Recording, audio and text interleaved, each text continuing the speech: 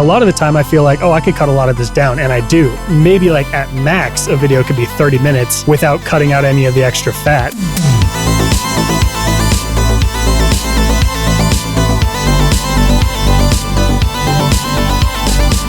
If you could administer a polygraph to anybody in the YouTube ecosystem, who would it be? Shane Dawson, probably. I want to know about the cat for real.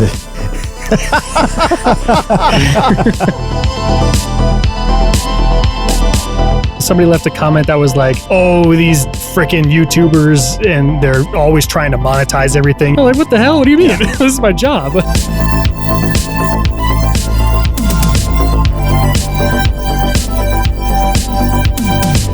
I wanted to ask you about the concept of the struggler. Did you start using that at day one?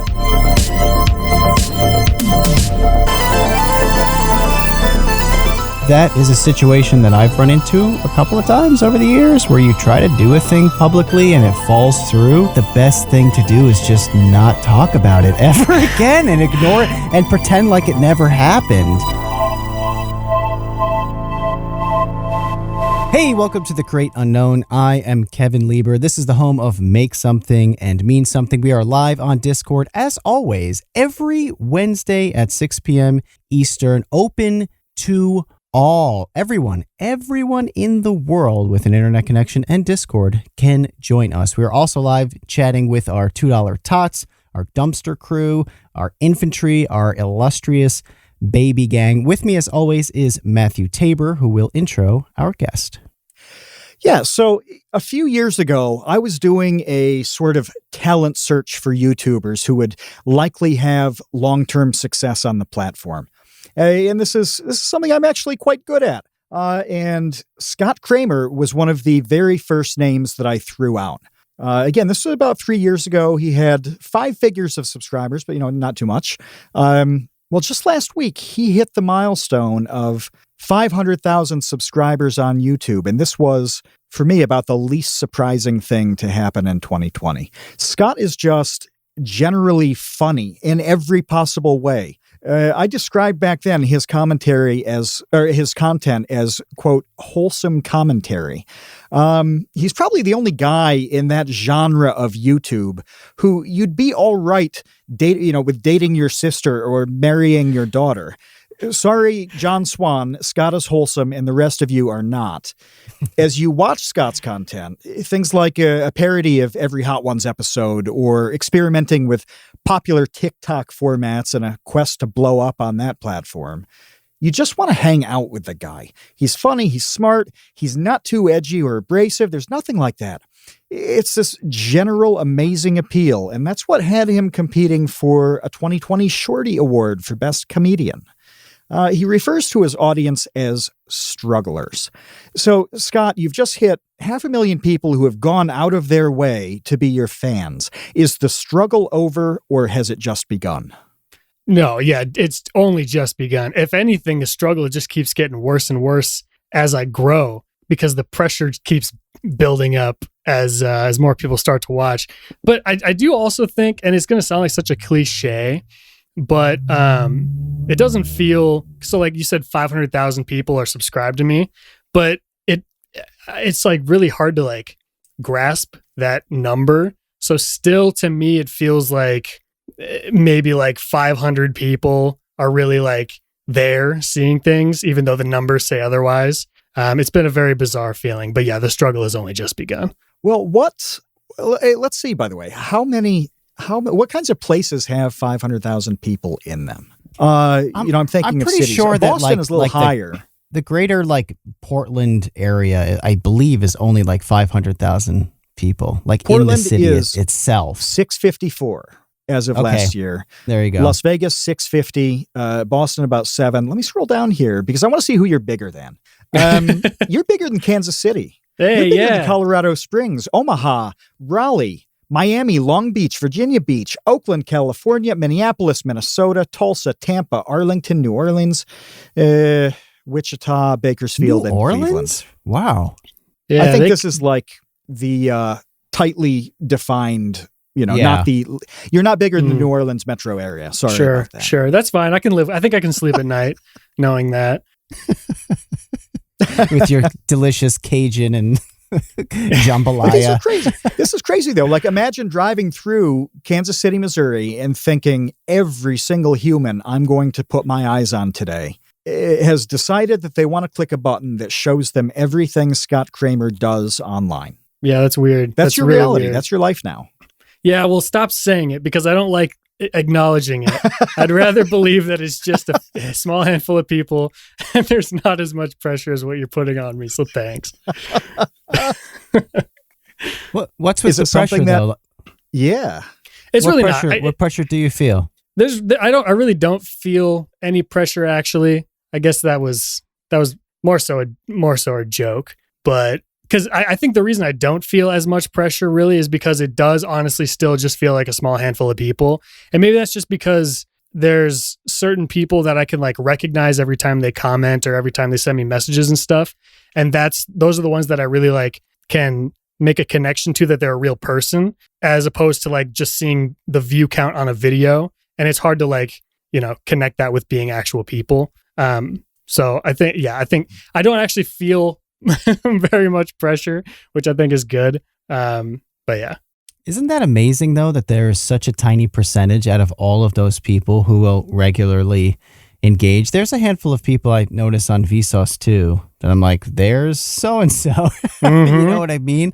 Like the percentage of people, and it warps your perspective, though, because just hearing from like the 0.0001% of people who will go out of their way to leave a comment is not representative of the other 99.9% and what they think of the content. Right. And I think that's the issue a lot of the time with like negative comments and feedback is, I can't remember who was saying it, but just the other day, somebody was saying that the people most of the time that feel compelled to like respond to things or leave comments, a lot of the time are ones who like have something that, something negative to say. If you're just watching something and it's entertaining and you feel neutral on it, you're not going to let that be known. But if there's one little thing that bothers you or whatever, and there's, then 1,000 people that leave a comment about it or tweet at you about it, then that can really warp your perspective on how people are like interacting with or how people are receiving what you're putting out. Yeah, I was saying a couple of weeks ago that I wish that YouTube had some sort of incentivization, is that a word? Some sort of incentive for people to be positive on the platform. Like even for instance, there are people who like Happy Console Gamer, who we've had on the show, is one of my favorite YouTubers, and he's a friend. I've known him for a really long time. I watch every upload that he has, and lots of times I'll forget to hit the like button, and he's literally a friend of mine, but it just slips my mind. I have a million things on my mind and I don't hit that like button, and I know that it would help him, but I just don't do it sometimes. And I feel like a weird sense of guilt almost for not, being like, I love this guy. I want, more reasons for people to see his stuff and to also like him. But unless I really, really try and consciously think about hitting that like button, I don't. Mm-hmm. Yeah, I rarely ever like videos either. So, why not? Why? Because you're not a negative guy at all. You're a pretty positive guy. Good humored. All of this. Like, why are you punishing people by not liking their videos? Oh my gosh, whatever. Honestly, the way that I feel about the like feature, and I know this is going to turn around and bite me in the butt because people are going to start thinking this way now, but I think of it as like a playlist of saved videos then. So it's like a lot of the time I only like music on YouTube, really, or really funny like small channel sketches or something if I come across it. That's usually the content that I like because it's stuff that I can go back to later. I don't really treat it as if it's a like on on a YouTube comment where you just like it and then move on with your life. It's usually stuff that I like to come back to. That's why.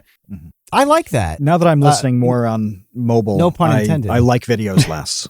It's just the mechanism on mobile, especially since when you have premium, you can use other apps and still have a video play on your phone.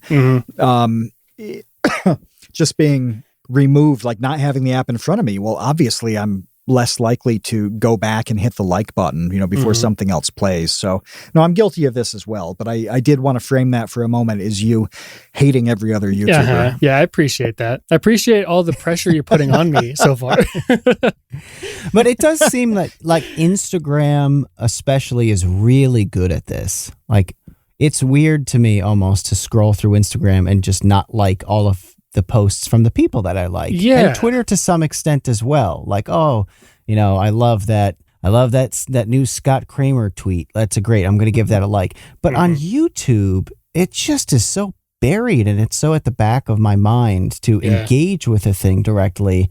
There's got to be some sort of way that they could put that more prominently featured, I think, as part of the experience. It is weird. It's because it kind of feels like on Instagram, it's like, because it's just a photo usually. So you're seeing it and I feel more of an obligation to react to it in some way because it's just a picture that I'm looking at. When if it's a video on YouTube and I'm watching for 15 minutes, I feel like I got everything I needed to out of that experience and there's nothing left for me to do. I don't know. There is a weird like disconnect between the amount of work that goes into stuff and then like me feeling the need to, I don't know. It's bizarre. It is. There's a disconnect there. You mentioned a while ago maybe I forget when it was. It was in this little video. You're talking about Cody Ko. You mentioned that there just aren't a whole lot of YouTubers that you subscribe to and watch every video from. Mm-hmm. Is that still, I'm assuming that's still true? It's grown a little bit since then. But yeah, there's still maybe like 15 to 20 which is more than back then. Back then I was watching like 6 people, but now there's probably like 15 to 20 people that I watch every video that they upload. Who's on your roster now then? I think 15 to 20, by the way, is a really sensible amount. Like any more than that, it seems like it would be really tough to keep up with the content. I watch primarily videos of people I know, and I'm probably around that 20 active YouTuber roster as well. So yeah, who's on your list now of your watch most videos from? I'd say the ones that are the easiest to go through are the people that make shorter content. So like Tom Scott, his videos are like around 5 minutes and less a lot of the time. So those are easy to always click and always watch. People like Donkey, he's got shorter videos too that are always easy to watch. But then the people that make longer content that I tend to always try to watch are the people that do what I do. So like D'Angelo Wallace and Drew Gooden and Danny Gonzalez, those types of guys. Cause it's like, it's what I like because it's what I make. So that's where I get my long form entertainment. And then a lot of the time it's just like the shorter videos from people that I subscribe to. I'm glad that you brought this up because this is something I've been meaning to ask on this podcast for weeks now. And that is, who is watching these like 3-hour YouTube videos? Not me. I'm serious. There are videos, there are like drama videos that, and I can't remember any of them off the top of my head. I can. I'm happy to throw some people under the bus here. The number one person who does this and is famous for it is The Right Opinion, because he blasted through, like there are certain advances in platforms where, they're incremental and like over time things shift. And then there's just this thing that comes out of nowhere and busts through everything. Well, The Right Opinion released like a 4.5 hour video on Nikocado avocado. And this was a thing, like everybody's like, all right, this is freakish. This is weird. This is the equivalent of like one of those 30-foot long subs you get for a party, like once in your life. I love that you make it like a sandwich. This is like a gigantic sandwich that you can't possibly eat. That's true, though. It's like a Who's commentary eating that hoagie. sandwich? Yeah, it's too much weird. sandwich. And he does thorough commentary videos. If you're not familiar with him, he takes an issue. He's not the first one to break an issue. he's the guy who rounds up every bit of evidence when it's time and then presents as complete a picture of the drama issue or the controversial person as possible. And that can take a long time. It's totally valid that it's going to take 45 minutes, an hour. I mentioned John Swan, friend of the show. His videos are like half an hour. It's totally plausible to do these kinds of videos. But Trope has pulled these multi-hour videos, and you do wonder who's got the 4.5 hours to, go through Nikocado Avocado. We mentioned in the pre-show, we were talking about Sonichu medallions. Back when we talked to Sonichu, there's somebody whose channel is just chronicling Sonichu's life. And it's like episode number 45, 46 now. Each of them are 40 minutes long. So this is, what's the math on that? 32 some hours on the same exact person? Oof. Yeah.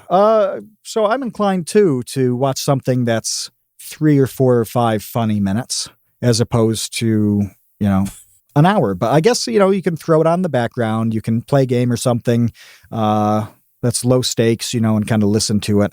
I did put Tro videos on in the past. I popped them on as I would do things around like my office, cleaning it up and things like that. Because you don't necessarily need to watch it. Mm-hmm. You can listen just fine. Yeah. More like a podcast. Yeah, they exist. Yeah, a lot like a podcast, actually. Yeah, that's perfect. I recognize the irony of saying that on a podcast that is often runs for 2 hours. Like, I get that. But to me, yes, the point of a podcast is that you listen to it in your car as you're driving somewhere, or you listen to it while you work out, or while you game and it's on in the background or whatever. But a YouTube video, I think of differently. I think of the fact that if it's a video, then you're meant to watch it. You're not really meant to watch a podcast. You're meant to listen to it. So, I don't know.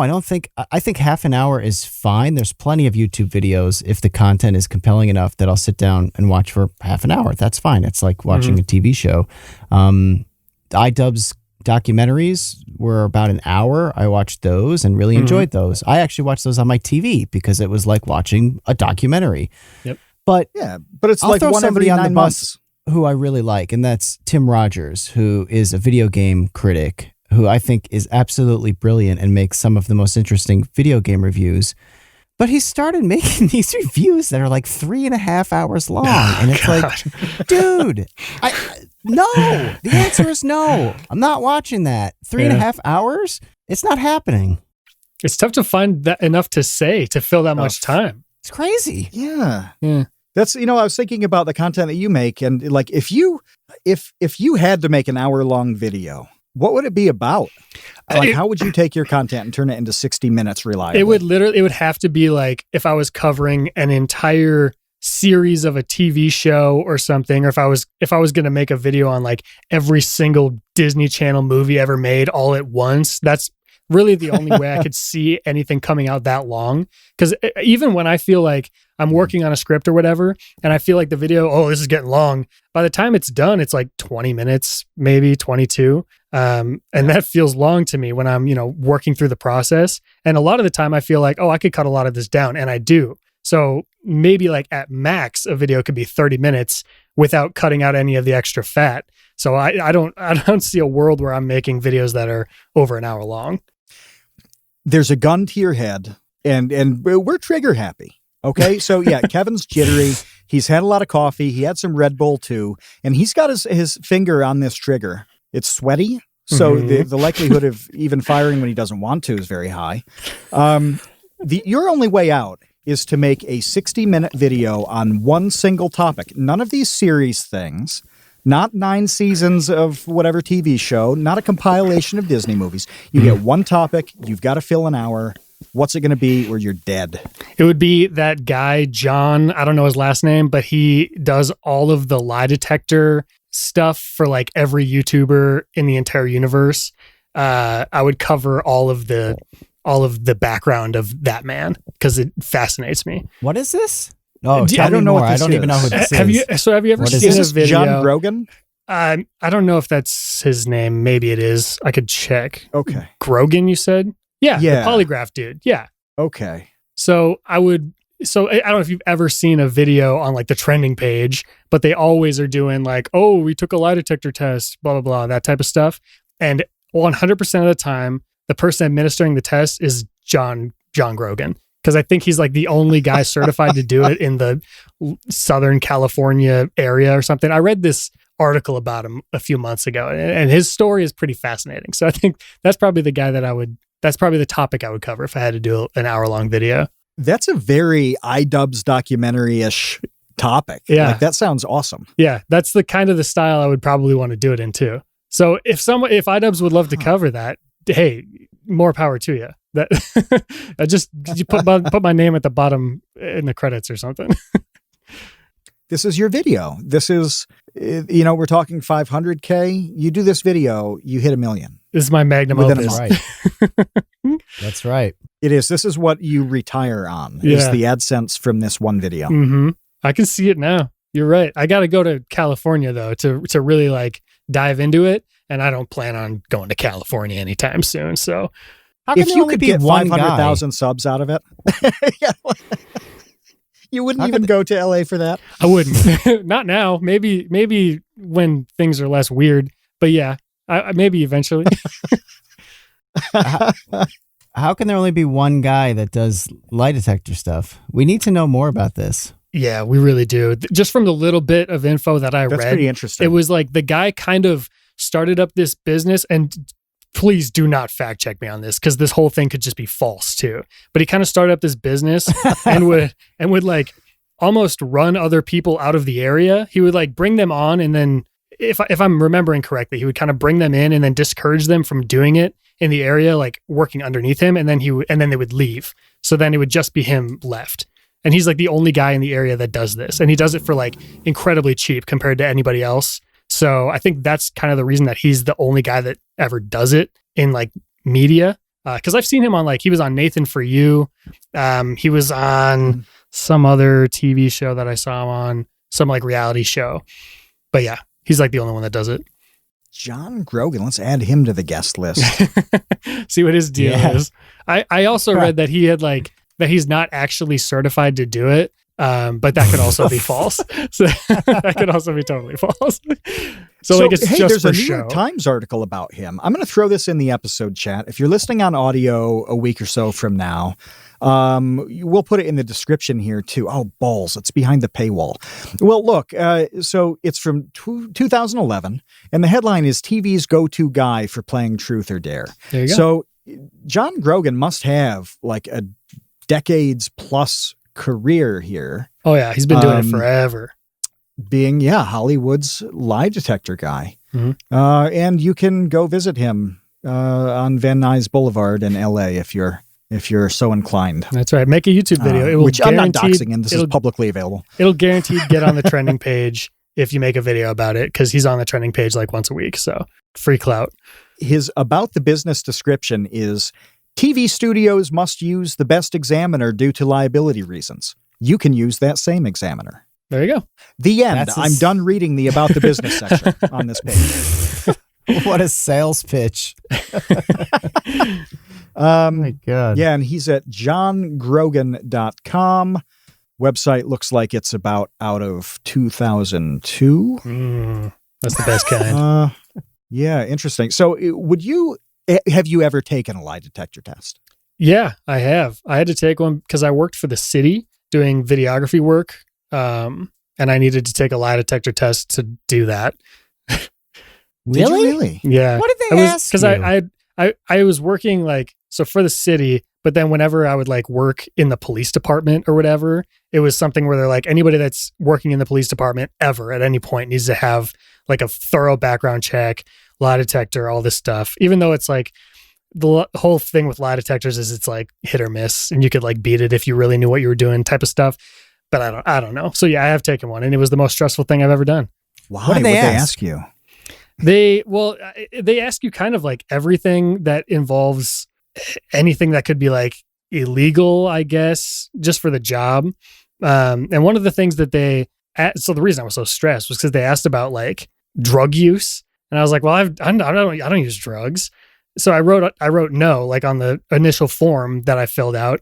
And And then when I went back to meet with like the person that's administering the test, they were like, so we're just going to go through the questions before you actually take the test again and just verify all of your answers. And she was asking me like questions again, and I was just responding the way that I had initially. Then she got to the drug use one, and she was like, have you ever used any drugs? And I was like, well, I'd smoked weed in the past, but that was like not how the question was worded on the exam or whatever on the test. So I just said no again, because I didn't want to have a different answer than what I written initially and like sound suspicious. And then like during the test, it came up and my heart was just racing. And she was like, what's going on here? Like, why are you so concerned about this drug use question? And I was like, oh God, I was losing my mind, dude. Eventually, like I just explained the whole situation and it was fine. But I just about had a heart attack sitting in that room. So you're a weed snorter, and it came back to bite you. That's right. That's the gosh darn truth. Kids, when you experiment with the ganja, when you roll marijuana cigarettes, when you dance with Mary Jane, this is what can happen to you. That's right. That's right. Well, then you just say you didn't inhale. Like, was it Bill Clinton that said that, or was it Obama? Yeah. One of them. It was Bill Clinton way back in the day. I didn't inhale. Which is such a weird. That's such a weird out. Is that an out? Like, you know what I mean? Like you did the thing, but you didn't inhale. You know what's the? I don't know.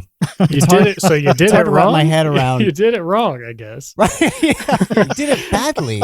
You're just not very good at it. Kind of lame. Yeah, you failed. Yeah, it is bad. But you ultimately passed. I did. That was the lie detector test. You lived through it. It was okay. I've never taken one. Kevin, I assume you haven't. No. So do they like strap things on you, and that monitors your heart rate and your blood pressure? Or yeah, what? and that's the bone I have to pick with John Grogan, because so what you have to do is you sit like perfectly still, and there's like these metal plates that kind of touch your calves, and you set your arms on these metal plates, and then they have things on your fingers wrapped around your chest. I think there was something like on my head, if I remember correctly. I'm not positive on that, but there's just stuff hooked up to you all over the place. And they say you have to sit like completely still. Otherwise, like things can, like the readings can jump around, whatever. It's all mumbo jumbo anyway, but that's what they say, at least for it to be legit. But then when John does these videos with like Danny Duncan or James Charles type stuff, they're all running around and making noise and jumping all over the set, and he doesn't, it's like not legit then. So if he's saying that he's this legit lie detector administer or whatever, this polygraph examiner, and then he goes and he's doing it with these YouTubers and he's doing it wrong, like how can we trust that he's ever doing it right? You know what I'm saying? It's all a charade. He's really undermining the credibility of the lie detector industry. He really is. He really is. And that's why it's not admissible in court because of John. Well, I also have his website pulled up, and it does look like it's from 2003, and he has a sweet headshot of his like blank stare and woolly caterpillar mustache. And if anyone's listening, please do not deny yourself the joy of johngrogan.com. It's a good one. You got to make this video now. Yeah, I think I will. It's a good topic. I wanted to make it for a while because I've known about this dude forever, and I just keep seeing him popping up. So there's more examples every week of him being in videos, but it's just like such a huge task to take on that I would need more like a bigger chunk of time than I usually have. I don't think I'd be able to like do the whole thing in a week. So maybe it'll be like the first one that I put out next year, because I have a little bit of a break going into next year. You would have to find his enemy. John Grogan, no doubt, has an arch nemesis. It's impossible. Everybody's got one, so he does. His name is Gon Drogan, and he is the bizarro John. But he must, because there's somebody out there who's like, I cannot believe that this guy keeps getting all the gigs that should go to me. I am Gondrogan. I am the better lie detector man who will not undermine the credibility of my life's work. I hate to spoil it, but he does have a nemesis, and his name is Ralph Hilliard. And it goes deep. It goes so deep. I've looked into this more than I've been leading on. I've definitely researched this. Does Ralph Hilliard have a sweet website from 2003? Oh, you would love to see it. You just got if you search John lie detector, it's like the third result, and the website is called polygraphplace.com, and it just looks like a big PDF essentially. Okay. And it goes on and on. Yeah. And the dude's got multiple of these. This is the old style. Oh, this is much worse. This website is a nightmare. At least it's straight up, text like the old day, text and frames. Mm-hmm. There's no frill, It tickles that little GeoCities muscle in my brain. It's real nice. He literally has screenshots of YouTube from the first year it existed. I'm telling you, this is deep. It goes deep. Wow, this is good. So if you had, this is my question. If you could administer a polygraph to anybody in the YouTube ecosystem, who would it be? Oh man, Shane Dawson probably. You want to get to the truth. I want to know about the cat for real.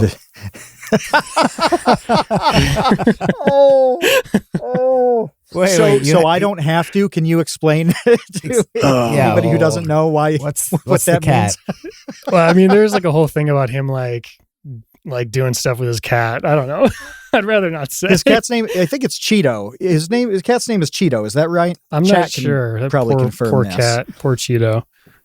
But yeah, there was an allegation that Shane had rubbed up against his cat at some point, and it would be good to you'd hit the trending page if you if you were able to film that. Oh yeah, I'd break the internet. That's a 10 million view idea, guaranteed. I think so. Yeah, I've got a lot of those built up, but they're just not my cup of tea. So I will not be tackling the Shane Dawson polygraph tests.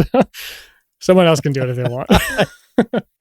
Yeah, that's precisely the sort of thing I was trying to have in the intro. Is that's just not what you do? No, not at all. Not at all. And there's a lot of things like that where it's like, oh yeah, this could probably do really well, but it's not what I want to put out into the world. And also my established audience would see something like that and be like, what in the world is this? And they probably wouldn't even click on it. They probably wouldn't want to watch it. I'd lose all of my actual fans and it would just be a whole mess. So I try to avoid anything like that. Yeah, but you could set up a website that's like toonaughtyforscott.com. Too naughty for Scotty. You just too naughty for Scotty. Scotty too naughty. Yeah. And you sell the ideas that you can for videos that you can't make. I should do that. I should do consulting work on the side. Yeah. I think so. We are mining gold. That could be your OnlyFans concept. Instead of nudity, you could just cover these too hot for YouTube topics. Not safe for on OnlyFans. Just commentary. Not really. So you're talking about the audience expectations. People would unsubscribe, stuff like this.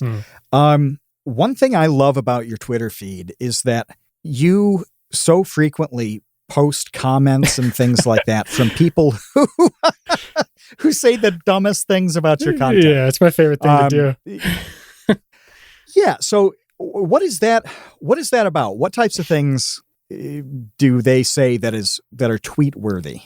It kind of depends. It's just, and the issue is like a lot of the time it feels like I'm shooting fish in a barrel. Like I'm preaching to the choir when I tweet stuff like that. Because the people that follow me like understand that what these comments are is like stupid and silly, but it's still fun to like.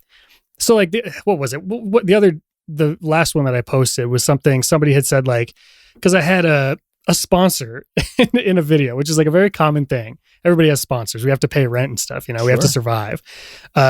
So I had a sponsor segment and somebody left a comment that was like, oh, these freaking YouTubers and they're always trying to monetize everything. If you like making videos, just make videos. You don't have to try to monetize it. Right. I'm like, what the hell? What do you mean? Yeah. This is my job. What are you talking about? Like, would you ask a waitress to not like accept a paycheck? It just like seems so silly to me. And it's obviously silly. and everybody understands that it's silly, but it's still fun to poke fun at people like that sometimes.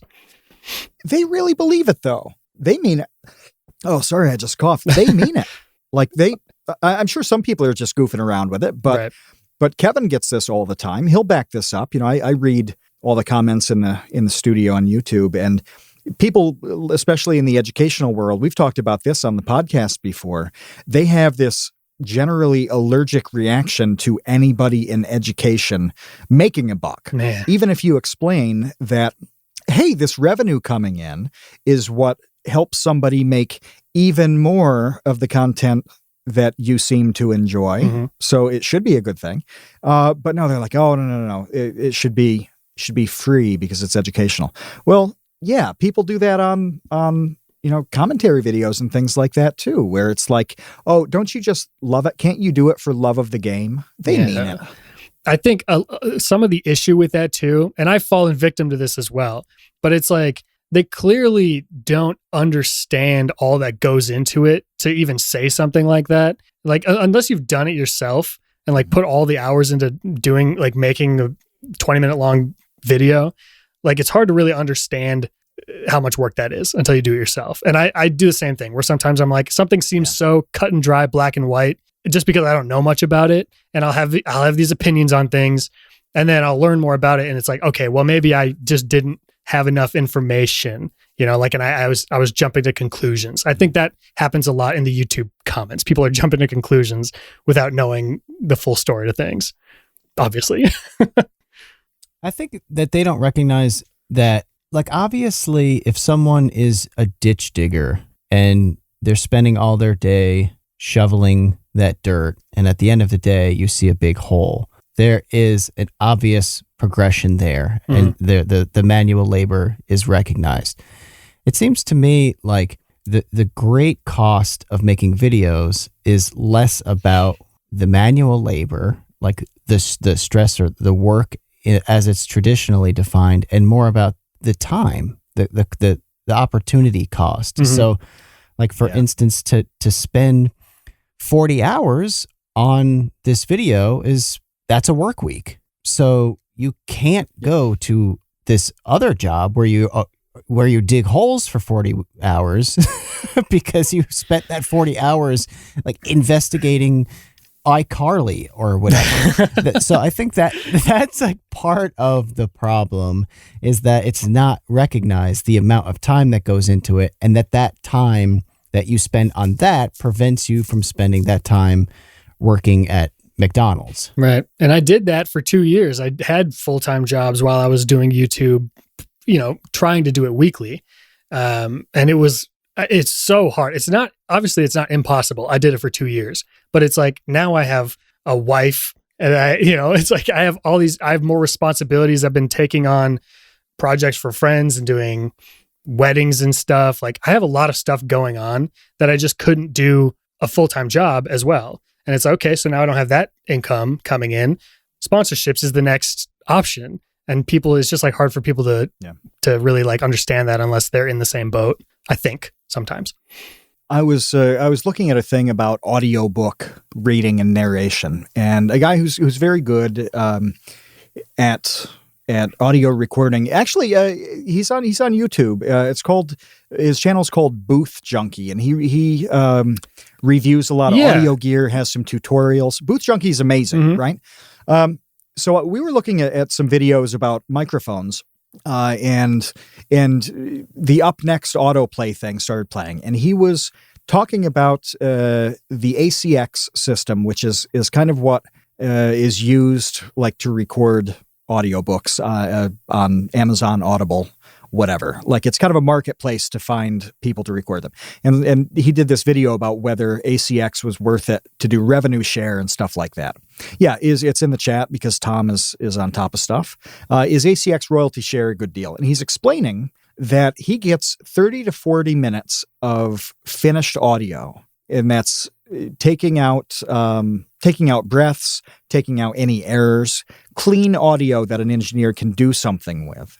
And it takes him like 3.5 hours. Now he's amazing.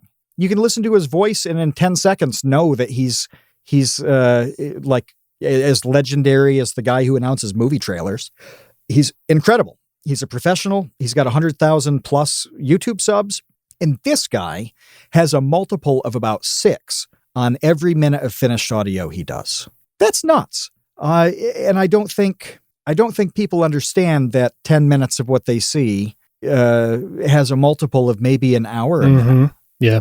And that, it's obviously different from a vlogging channel to a Vsauce 2 research intensive channel. But there is a multiple for every channel. And it's really, really high, a lot higher than people realize. Yeah. And he was even that way when I was working, because all my main jobs that I've had, like full-time jobs, other than YouTube, were doing videography work. And my bosses even had a hard time understanding that when it came to like video editing, how much time it would take to do things. And like deadlines would pile up and they'd start new projects before other ones were finished. And it's just like, it's such a niche thing that only a few people like really do know about and understand how much time goes into stuff like that. And then everyone else just kind of takes it for granted, I think. What do you think your multiple is per minute of content? That's a good question. I think since it usually takes me a full week to complete any video, but I am working like weird hours too. Like there's some days where I work for 12 hours and then there's some days when I work for 6. So it kind of depends, but I'd say it's about 40 hours per video, and my videos are like roughly 20 minutes long. So I don't know what the math would be on that, but 2 hours a minute. Yeah, is that what it is? I don't Yeah, that seems about right. When you consider all the time it takes to come up with a topic. And I imagine that's real tough for you because you've got to have something substantial so you can get that 10, 15, 20 minute video out of it. But it's got to be something that you can be funny about too. Like, are there ever topics where you look at it and you're like, oh, it's a good video topic, but I can't really make it entertaining? All the time. That's my biggest pet peeve when it comes to like the creation process. Cause I have a list of like 150 ideas at any given time. And so like say Monday comes around and it's time for me to start scripting a video or researching a video. 150? Did you say? Oh, there's got to be at least 150 ideas in this list. That's you the real have to number make then? this website. Start selling these, yeah, man. That's amazing. What a gift. Days and days and days. But it's crazy. Yeah, so on audio, he just picked up his phone and he's scrolling down this list. And yeah, it's like it just keeps going. Those long flowing finger scrolls, and I can see just text on the screen. But so the problem is though, say you'll get to John Grogan in 2024. Probably. But like say Monday, I'm starting to work on a video and I get, 5 hours into researching it and like scripting it. And I realize it's just not going to be up to like my standards, which that sounds so pretentious, but like, it's just not going to be as good as I want it to be. And then I have to start over. And it's like, okay, half of my first day is already gone. Now I'm starting on a new thing. And it's like, sometimes I'll go through 4 topics before I finally land on one. And then I'm pulling all-nighters come Thursday and Friday to try to get these videos done on time. So yeah, that's part of the process that bothers me a lot that I've never really actually talked about.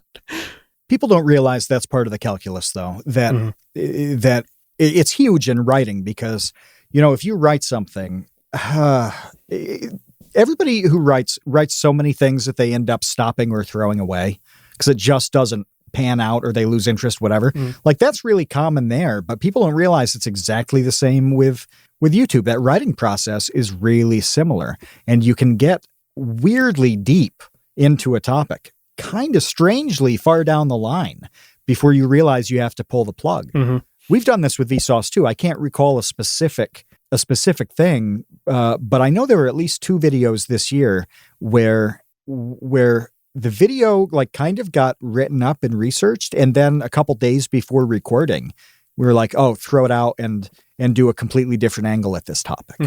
Yeah, that's a killer. I was just thinking it makes those comments when you finally do land on a thing that you're happy with, you think is a good topic, you think it's entertaining, whatever, you're happy with it. And then you still get the comments that are like, well, this one was boring. You just want to be like, no, this is the good one. Yeah. I got rid of 8 boring ones to make this one for you. Yeah. I've been, it's so like kind of like that. There was one time, it must have been 29. Wait, what year is it now? 2020? Okay, so it was 2020. 2019, Yes. I think it was. Early 2019, like February, whenever it was. I was doing weekly videos for like 2 months straight or whatever while I was at my a full-time job. And I worked on one video and I was posting on Fridays. And I worked on a video Monday, Tuesday, Wednesday, and then Thursday I was like midway through editing it. And I was like, this is not good. I don't like this video at all, but I need a video for tomorrow at this point. And I was like, shit, I'm panicking. So I called in sick to work on Friday and I made a video about like old people leaving comments on like modern music. And it turned into one of like it's like a cult favorite on my channel. Like when you ask people like that have been watching me for a long time what their favorite video is, most of them are probably going to say that video. And it just like, I made it overnight. You know, I put less effort into that than I did into like every video I've made this year. And it's like everyone's favorite video. So it's like mentally draining to have to, sometimes you spend so much time on something and it's just like, whatever, nobody even acknowledges it. And then, you know, I make something overnight and it becomes like my subscribers' favorite video. It's so hard to keep up with. It's your cherry pie. Last week we had like a 10-minute discussion about the song Cherry Pie by Warrant. Do you even know that song? Oh yeah. She's My Cherry Pie, that one. That's right. Where do you fall on this? Is this a cultural artifact worth celebrating, or is it garbage? Well, I mean, I think the only reason I know it is because it was in Guitar Hero. So I would say it's like etched in history for sure. There you go. That's a non-answer answer. You need to commit. It's a great song. It's my favorite song of all time, actually. And if I could do my wedding, if I could go back in time and do it over, I'd play it at my wedding. As she's walking down the aisle, could you imagine? Like, wow. Now that is a Joe Dirt. That's a Joe Dirt wedding. Before I forget, I had an idea. I want to throw it out there before it's lost forever in the ether, because I did write it down, and that is this. Okay, so YouTube. I'll start here. We were talking about how people don't have any sense of how much work or time or struggle can go into what seems like almost throwaway content on YouTube, right? Let's combine that with the fact that YouTube Rewind is completely dead and turned into this cringe fest failure of like a PR thing for YouTube. Okay. Why doesn't YouTube create a legitimate documentary every year, one at the end of every year, where they follow, I don't know, 5 creators of different, backgrounds, different genres, different levels, and put together a documentary that follows their journey making stuff? Who says no to this? Who doesn't like this? Who doesn't look forward to that? And how does that not become the ultimate PR thing every year? They could play this at Sundance. Mm-hmm. Like, why does YouTube not do this? This is a good idea. They have the means to make it very good too. That sounds like a great idea, actually. Do you know how much money they spent on YouTube Rewind? Millions and millions of dollars. So there's no lack of funding for this sort of idea. Just shift that, $8 million or whatever it was to this documentary idea. And I don't know. I think everybody would look forward to that. Yeah. Documentaries are so hot right now too. Somebody call Susan Wojcicki. Got a great idea. But since it's a good idea, they will never do it. Yeah, that's how it works. I wanted to ask you about the concept of the struggler. Okay, because that's been around for a while for you, right? Did you start using that at day one? How early exactly did you begin with strugglers? No, it would have been probably 2018. So like a year, maybe like a less than a year, half a year into like this whole thing. And it was when I was working full time doing another job. It was like because of what we've been talking about, where I would like be burned out at work, come home, work on things for however many hours and then hate it, have to start over. And I was like putting so much pressure on myself, even though nobody was really watching. That's just like kind of where it all came from. It was pretty early on, but like I've been doing YouTube forever and it's early on in this phase of my YouTube career. So I'm trying to think back when we first talked, and I think it was shortly after you began with the Struggler Sparks. I remember talking to you about how, like, hey, this is kind of great. Like, this is great as a community term to have hey strugglers out there, and people seem to like it. They seem to identify with it. Yeah, it seems a lot of people say that it's like almost endearing because it's obviously, if you don't know what's going on and you hear it the first time, it's like, what does that mean? It's a little jarring maybe. But it is kind of like we're all in it together type of thing. I don't know. It is something that people can relate to. It's hard to really even explain. It's a nice blend of. It's just something that has kind of become a thing.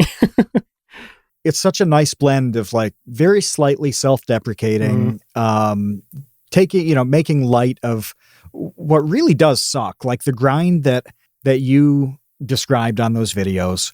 Like that's kind of like half our episodes is talking about that in one way or another, about the grind to go from idea to reality, let alone what you've done where it's full time. Like that's a complete, separate leap. We talked to SumitoMedia last week about exactly that, because he is in the process of flipping that switch in his life, and it's just a different kind of leap. Mm-hmm. He's trying to quit his job, and they just won't let him. It's like that episode of Seinfeld where I think George keeps trying to dump, or is it Jerry? One of them keeps trying to dump this girlfriend, and they're like, "No, sorry." We're not broken up. Let him quit. Oh my! No, I'm not buying that excuse. We're still dating. That's SumitoMedia with his employer right now. It's good though, like to have a good time with the fact that your grind sucks. Like just being able to have that little self-deprecating struggler bit is a nice way to play something that otherwise is difficult. It's just kind of describing like a headache. That sucks. Why not have a decent time with it? And I liked that back in the day so much, because everybody is kind of a half smiling struggler in one arena or the next.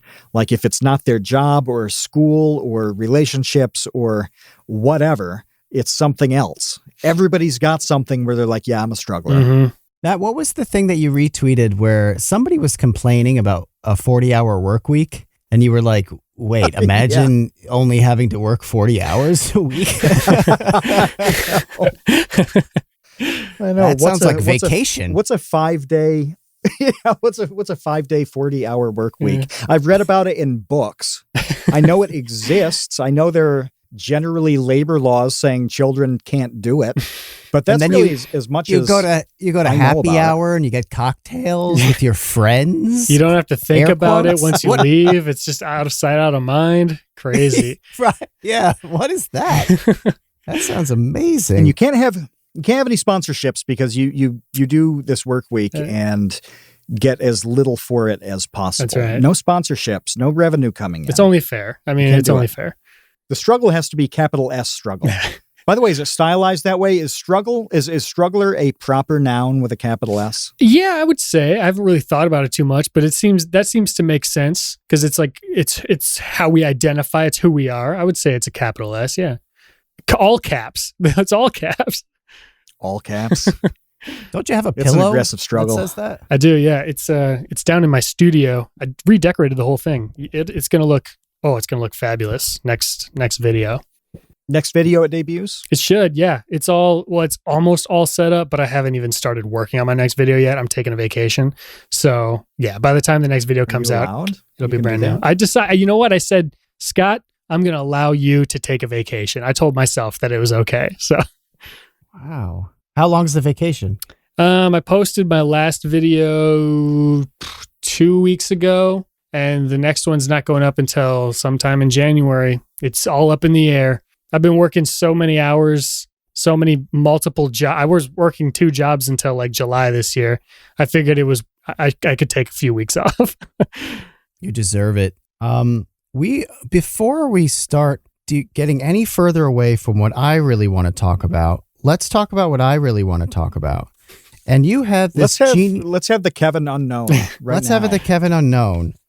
Here's what I want to talk about.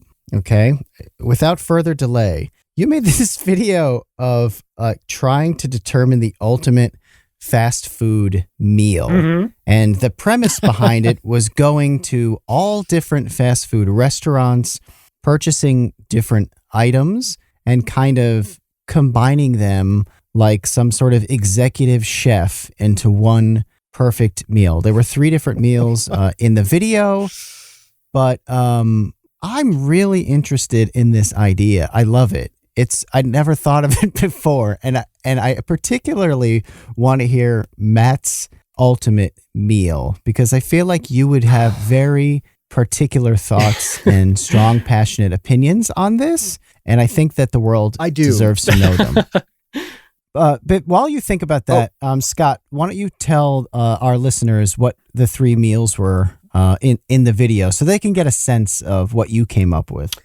So I don't know. So one of the things that we found out, I just learned this. I didn't know that Taco John's isn't like a nationwide chain, but they make tacos. Obviously, it's called like Taco John Grogan's. Yeah, it's taco. You take a lie detector test. Yeah, you gotta be taco. honest to get but it's like, I think they call it Tex-Mex fast food or whatever. And it's just like tacos. Okay. And then they have these things called potato olays, and they're just like little fried. It's like a tater tot. It's like a flat tater tot with this really good seasoning on it. But so that was in all of our meals because we love it. That's like such a popular thing around here. But I guess it's only around here. And then I had some stuff from Culver's, because Culver's is my favorite fast food restaurant of all time. My Butterburgers are fantastic. They're so good. No other burger can even compare when it comes to fast food. And then that's definitely an argument for that. Yeah. Yeah. And my wife made like a hot dish, which is a very Midwestern thing, out of like some nacho cheese. What is a hot dish? I don't know. Oh man, you don't know what a hot dish is? No, I don't know what a hot dish is. Do you know what a casserole is? It's kind of like a casserole. Maybe. Kind of. I mean, I've heard of like tuna casserole, but that sounds disgusting. And that's where my knowledge of it ends. You don't know what a casserole is? Not technically. No. What is it? It's just like a mashup of garbage. Mashup of really good stuff. It's not garbage. It's okay. Excuse you. You just offended every grandmother in the United States, Kevin. Yeah, no one wants to eat their casserole. Get out of here, Grandma. Well, what even is in tuna casserole? That's the only casserole I know of, and it sounds nasty. Jeff Davis likes it. Green bean casserole is also pretty famous, and I know Trev commented on a green bean casserole on Twitter the other day, and I mean, what is it? Like, there's always kind of a creamy base. Yep. Okay. And then what you put in beyond that is really up to you. Yeah. You know, the tuna casserole has noodles and tuna. Mm-hmm. That's very good. Kevin. Yeah.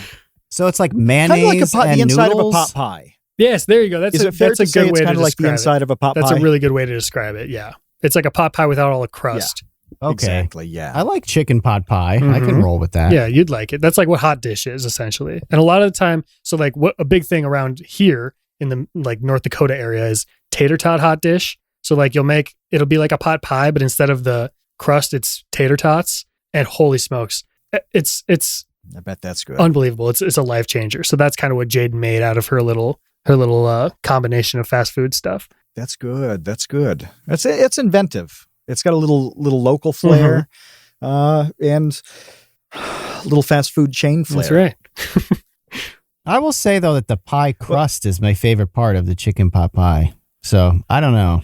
I don't know. I think I disagree. I'm into the goop in the middle by itself.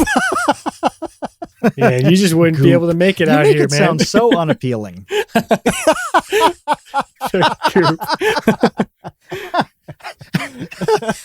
How to starve to death in the Midwest. Yeah.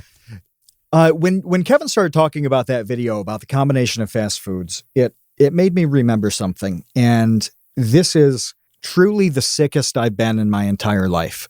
I did not have a car. This is a while ago. Must have been like 13, 14 years ago. I didn't have a car because I was international a lot, and it didn't make sense to leave one here. So that meant that I couldn't go and get fast food anywhere. The nearest, there's a McDonald's that's about 10 miles away, and then it's about 30 miles for everything else. Burger King, Wendy's, whatever. And, I love terrible food. And so for Christmas, my brother went to all the fast food places within like a 45-mile radius and got their signature item. So it was like a Whopper from BK, a Big Mac from McDonald's, stuff like that. He put it in a box, froze it, and gave it to me for Christmas. I would take them out and defrost them in the microwave and eat them. This was amazing. One of them, though, went badly. And oh my God, it was horrible dizziness. I threw up so hard that my nose bled for a long, long time. It looked like somebody was beaten to death in the bathroom. Just awful in every way. And like Reservoir Dogs. My parents, it was bad. Yeah. And my parents were like, we got to take you to the hospital, whatever. I'm like, no, I'm just throwing up. Like, now in hindsight, I absolutely should have gone, but then I didn't. I powered through it. Oh my God. And I asked a friend of mine what could have happened when I microwaved this. He said, well, even if you kill the bacteria in a food item, if that bacteria has produced toxins, the toxins can still, they can still get you and make you sick. So just microwaving it definitely killed any bacteria, but it can't remove those toxins. So this vast array of fast food, I don't know which piece in it did this to me. I don't remember. But yeah, it was bad. And I had to take the GREs 2 days later. Oh no. I did okay. I did fine. It wasn't the best performance of my life. For those outside the U.S., the GREs are like a standardized test for graduate school admissions, like the SATs for big boys. But yeah, it's not a test you want to take after a day or two after vomiting until your eyes explode and your nose bleeds. Well, what was your favorite thing though? Even though you don't know which one made you explode, which one was your favorite taste-wise? Probably the Arby's beef and cheddar with horsey sauce and what's their barbecue sauce called? Arby's sauce. It's just Arby's sauce, yeah. Yeah, but that's a classic. Mm-hmm. It's tough to beat an Arby's beef and cheddar, especially with horsey sauce. What do you think the bacteria was? E. coli or salmonella? I don't know. It could have been anything, but it got me. I mean, I couldn't eat food like that for a long time. But the only time I've seen somebody throw up as hard as that was somebody who had just received chemotherapy. Oh man. Oh my God. Like that's the intensity of the vomiting is that it compared with cancer treatment. Dang. Wow. Well, you're invincible now. The nosebleed probably happened from too much forceful vomiting, I'm guessing. Yes. Absolute pressure. Yeah. Yes. Right. All the blood vessels blow in forehead, around eyes, in my actual eyeballs, in my cheeks, plus the vessels inside my nose just shooting blood like a faucet that's broken.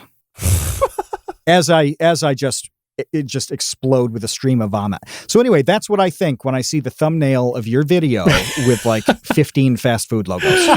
Well, okay. It's triggering. You need a trigger warning. Yeah, sorry. Scott, you have to add that. I'll blur the whole thumbnail. That's triggered.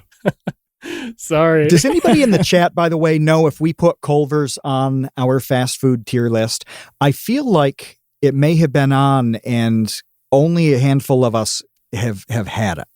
I'd never had it. So but can you explain a Butterburger to the ignorant? Well, the way that I have it is you get a double. So there's the two patties and they're not like, it's like a fast food patty. So it's not very thick.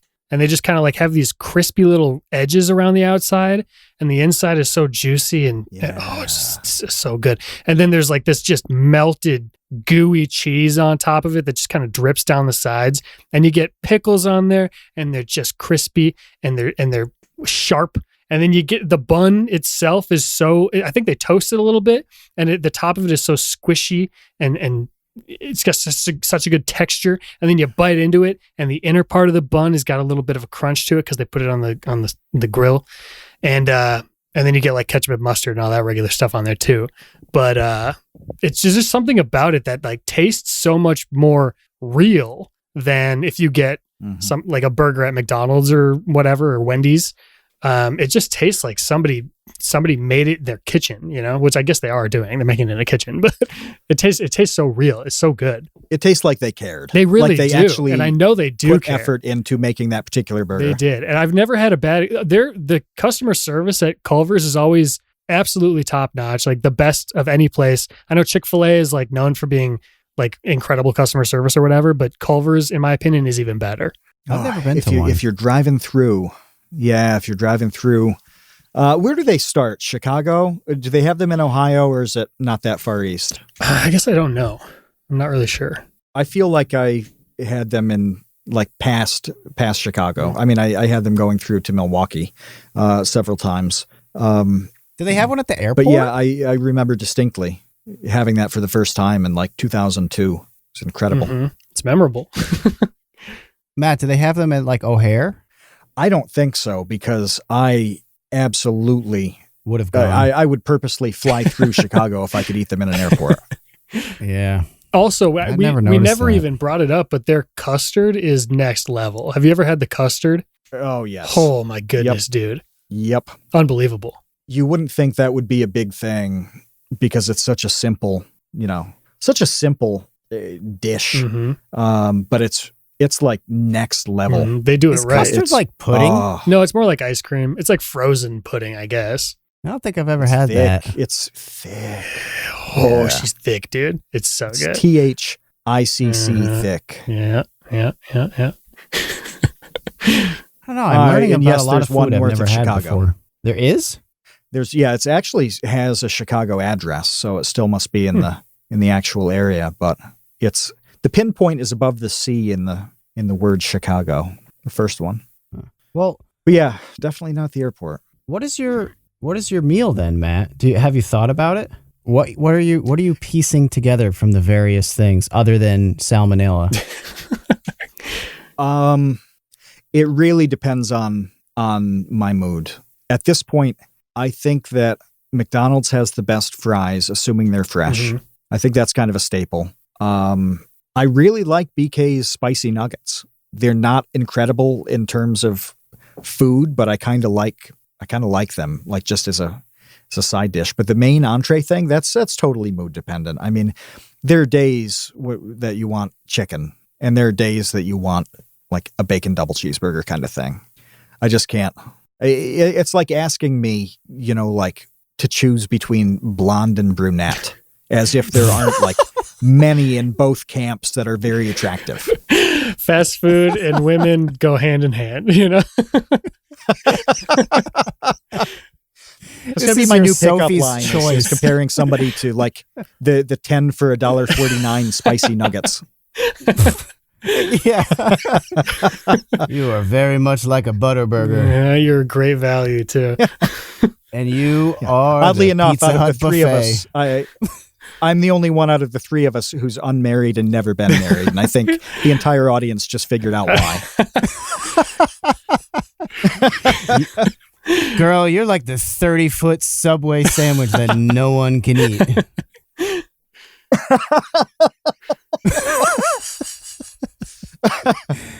Well, how did we get here? Well, look, I'll take the blame for that. But I want to mention one thing, Scott, that you did with your meal, which was mix fries. So, Matt, you chose McDonald's fries only. However, Scott got a little creative here, and he made a fry mixture. What was your fry mixture? Was it Popeyes, and what was it? Yeah, I went the Popeyes Cajun fries, which are so good, but they're never warm for whatever reason. And then Arby's curly fries, which kind of the same problem. So when I actually ate them, the mixture was cold. They're the best fries. Arby's curly fries are the best. I'm retracting my answer. McDonald's, if I had to choose, McDonald's fries out, Arby's curly fries in. Sorry, proceed. I do. I They're the agree. best. They're kind of a different thing because curly fries and fries have like a different taste to them usually. But yes, I do agree that curly fries are superior. But yeah, just when I combined them, it just like it was just like a starchy mess, and it was kind of, it just wasn't warm and it was cold, and it just didn't turn out good. I think if you had everything was totally fresh, it would have been a lot tastier. But I was very underwhelmed with my meal. That's too bad. Fries. It's rare to fries get in an fries air that are fryer fresh. if you happen to have one. Yeah. You can renew them just as like they come out after 3-4 minutes, exactly like they just like were served to you at the Really? actual restaurant. Yeah, it's amazing. If you want fries to be like leftover fries to be useful, you should have an air fryer, even if that's the only thing you ever do with To it. be useful. What an odd way to phrase that. As if they're like plugging a hole in your roof. You're like the Flex Seal guy with fries. It's like what people used to I do with cut this ramen. boat in half. Yeah, when they seal up They cracks with plugged a ramen. lot of hurt and a lot of holes in my heart over the years.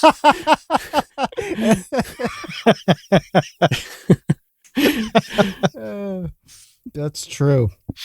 It's true. But that that's pulling this back to you and your content though. That's the blend that I like, where sometimes you're kind of analyzing a thing. Sometimes you're just doing something goofy like the fast food comparison, right? But again, to go back to what people say on comments and on Twitter, how many times have you posted somebody basically saying, Scott, stop doing the things that you like. I don't want you to do the things you enjoy. Do the things that like play well in the algorithm. Or My whatever. favorite one of all time was somebody said, "Oh my gosh!" They said you need to stop making videos that you like and copy Cody Ko. And they were being totally genuine. I was like, what? What a weird thing to tell somebody to do. Like, stop making original stuff and just copy somebody else is so bizarre. And then it was really funny because a few weeks after that, Cody posted a video about the exact same thing that I had talked about like 3 months prior. And so then I tweeted about it, and Cody sent me a message. He was like, dude, I did not mean to do that on purpose. I was like, no, it worked perfect with my thread. It was great. But how do you get that balance? So if you got a list of 150 topics, I imagine they run the range from an expose on John Grogan to, what's my favorite combination of like every fountain drink at 7-Eleven. How do you get that balance between this is something that I want to make a video out of, it's a topic I'm going to have fun with, versus the audience expectations? Weirdly enough, I don't really put that much thought into that part of it. A lot of the time, it just comes down to like how much time I have and if there's like deadlines that I have to meet. Because with the fast food thing, I knew that it was something that I'd be able to do without a lot of prep, so it wouldn't take as much time. And I was already running out of time because I had deadlines to meet there. So that was just like my reasoning for choosing that topic that week, because I knew it would be something that I didn't have to prep for very much. And that's usually how it goes. Like the topics that I choose, I could pick any of these on any given week, and it means it's just like random, essentially, whichever one I feel like doing that week. But the main factor that comes down to is like how much time I have to make it. And like the John Grogan thing is going to take a lot of time, and that's not something that I would have been able to cover like on that particular week. So that, that type of thing. A-Star is in the chat and saying, points out this tweet from a couple weeks ago. And I'd forgotten about this, even though it was only like 2 weeks ago. The tweet is, YouTube, switch things up, try new topics and formats. You say it does literally anything other than commentary on popular subjects. And then it shows the 2 screenshots where YouTube's telling you consider experimenting with new topics and formats, and the 10 of 10 ranking on the video. So you experiment and YouTube absolutely punishes you, and so does your audience. How do you reconcile that?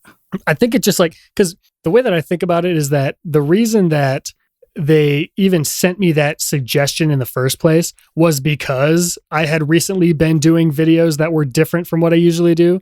So they're like, oh, your channel isn't growing as much as usual. Like, maybe you should try switching things up. But I knew already that I had been switching things up, and that's why it wasn't growing.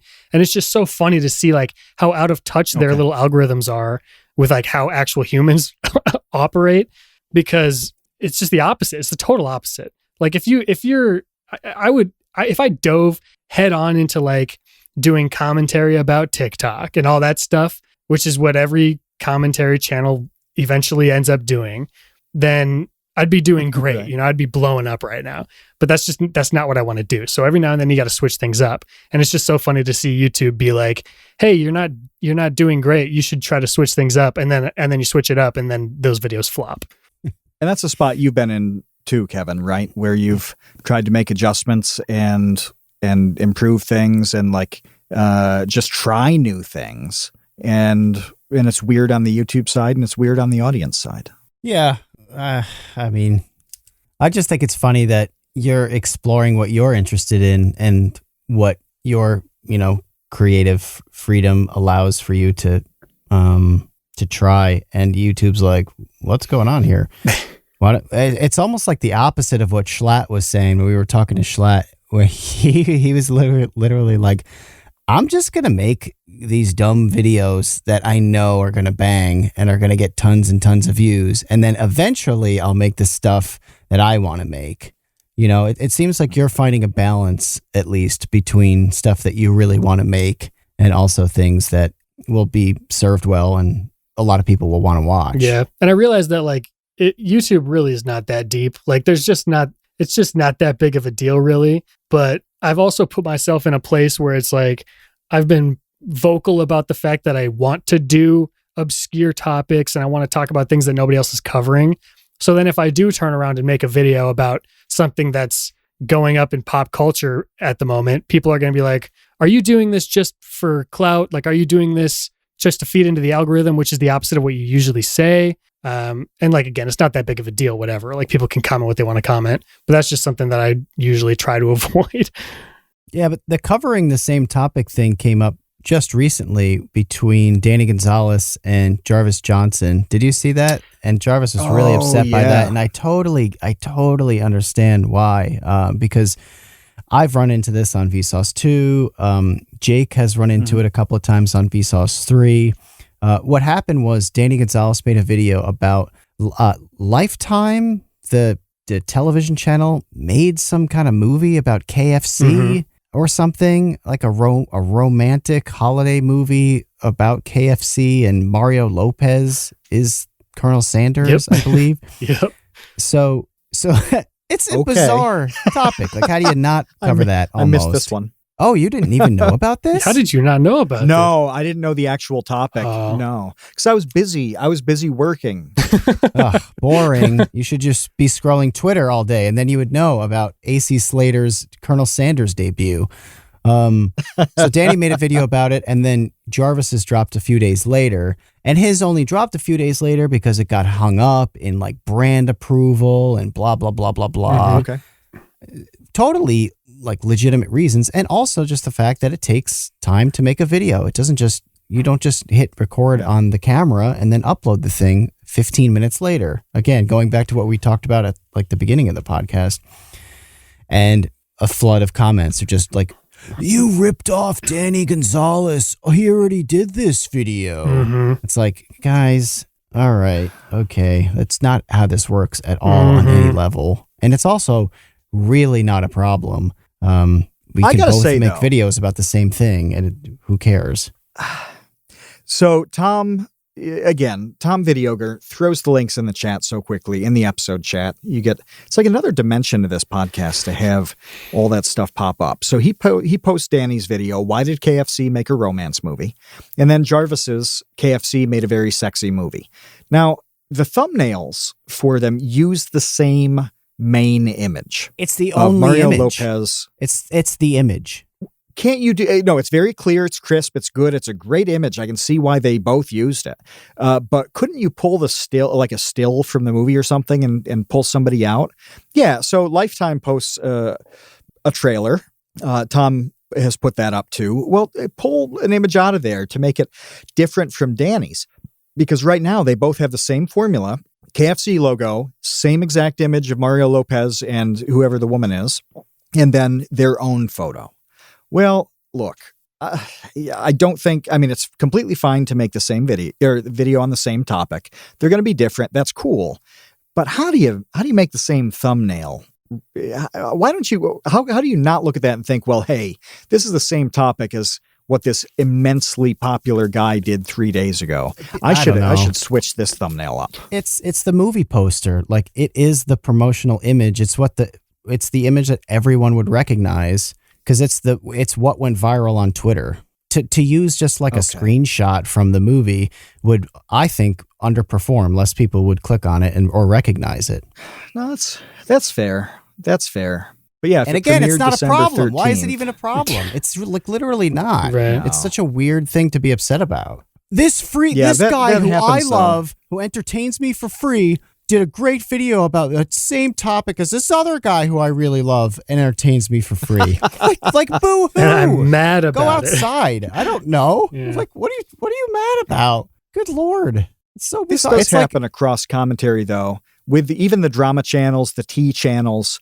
You know, you mentioned Shane Dawson earlier. When some weird Shane Dawson thing breaks, whether it's with poor little Cheeto or his personal relationships with other YouTubers, thousands of people are going to make a video about that. And if you just let the first person, to make the video have a little monopoly on that topic because they're first, well, you can't do that. That's not practical. And nobody would think that it is. I suppose when there are 5,000 videos out about a subject, maybe, it's not a good idea to do one, but it happens all the time. There's no way around it. It's like sports commentators, like sports talk show hosts the next day. Well, they're all talking about the same game. Mm-hmm. Whatever the game was the night before. And they have different opinions and different takes talk show, and maybe different interviews. Like late night hosts are going to make jokes about the same current events. Yeah. It's like, wait a minute. Are you telling me that James Corden made a Trump joke? Stephen Colbert just made a Trump joke. Why are you stealing Stephen Colbert's jokes? That's the logic, though. That's the logic of criticizing people like Jarvis. Yeah, I agree. It's garbage. Think harder. That's what have you told people who have criticized you for that? Because I know you've done a couple topics that like Numberphile had done years ago. Because look, in things like math and science, there's going to be crossover. We've talked about you doing a video on the color blue, and Joe Hansen did a video on blue after yours. Like, sometimes you're first, sometimes you're not. And every video is different. But what do you tell the people who have given you the same hard time that Jarvis is getting now? I don't know. I don't even I don't acknowledge it. I don't know. I don't respond to it. Yeah. What is there to say? It's like the color blue. Okay. That's a thing that exists in nature. Anybody can make, I liked Joe's video. He took a different approach to it. He talked about more of the biology and chemistry, and I talked a lot more about kind of like the history and the culture. I don't know. It's okay. It's like, Louis C.K. had that thing when people kept asking him about Carlos Mencia stealing jokes and like joke thieves, and his response was, well, if they can't write their own jokes, they're always going to have to steal them. I can just write new jokes. It's like, Scott has 150 new ideas that he has no time to make. Like, he's like a bottomless well of ideas. He'll just make new videos. It's okay. It's not a problem. Yeah, I've run into, because there's a distinction that people kind of refuse to make between like somebody talking about the same topic and then just like blatantly copying. And it's almost never the latter. Like, people cover the same topics all the time. It's very rare that you run into somebody who just like copies somebody else's content. And if they do, it's pretty obvious. But people just, they lump them into the same group for whatever reason. Do you have to remove things from the list of 150 because you think this thing has been done too similarly to how I do it, where this has been done into the ground and I can't do it? Do you ever remove things from the list? A lot of the time I won't even like add things to the list if it's something like that.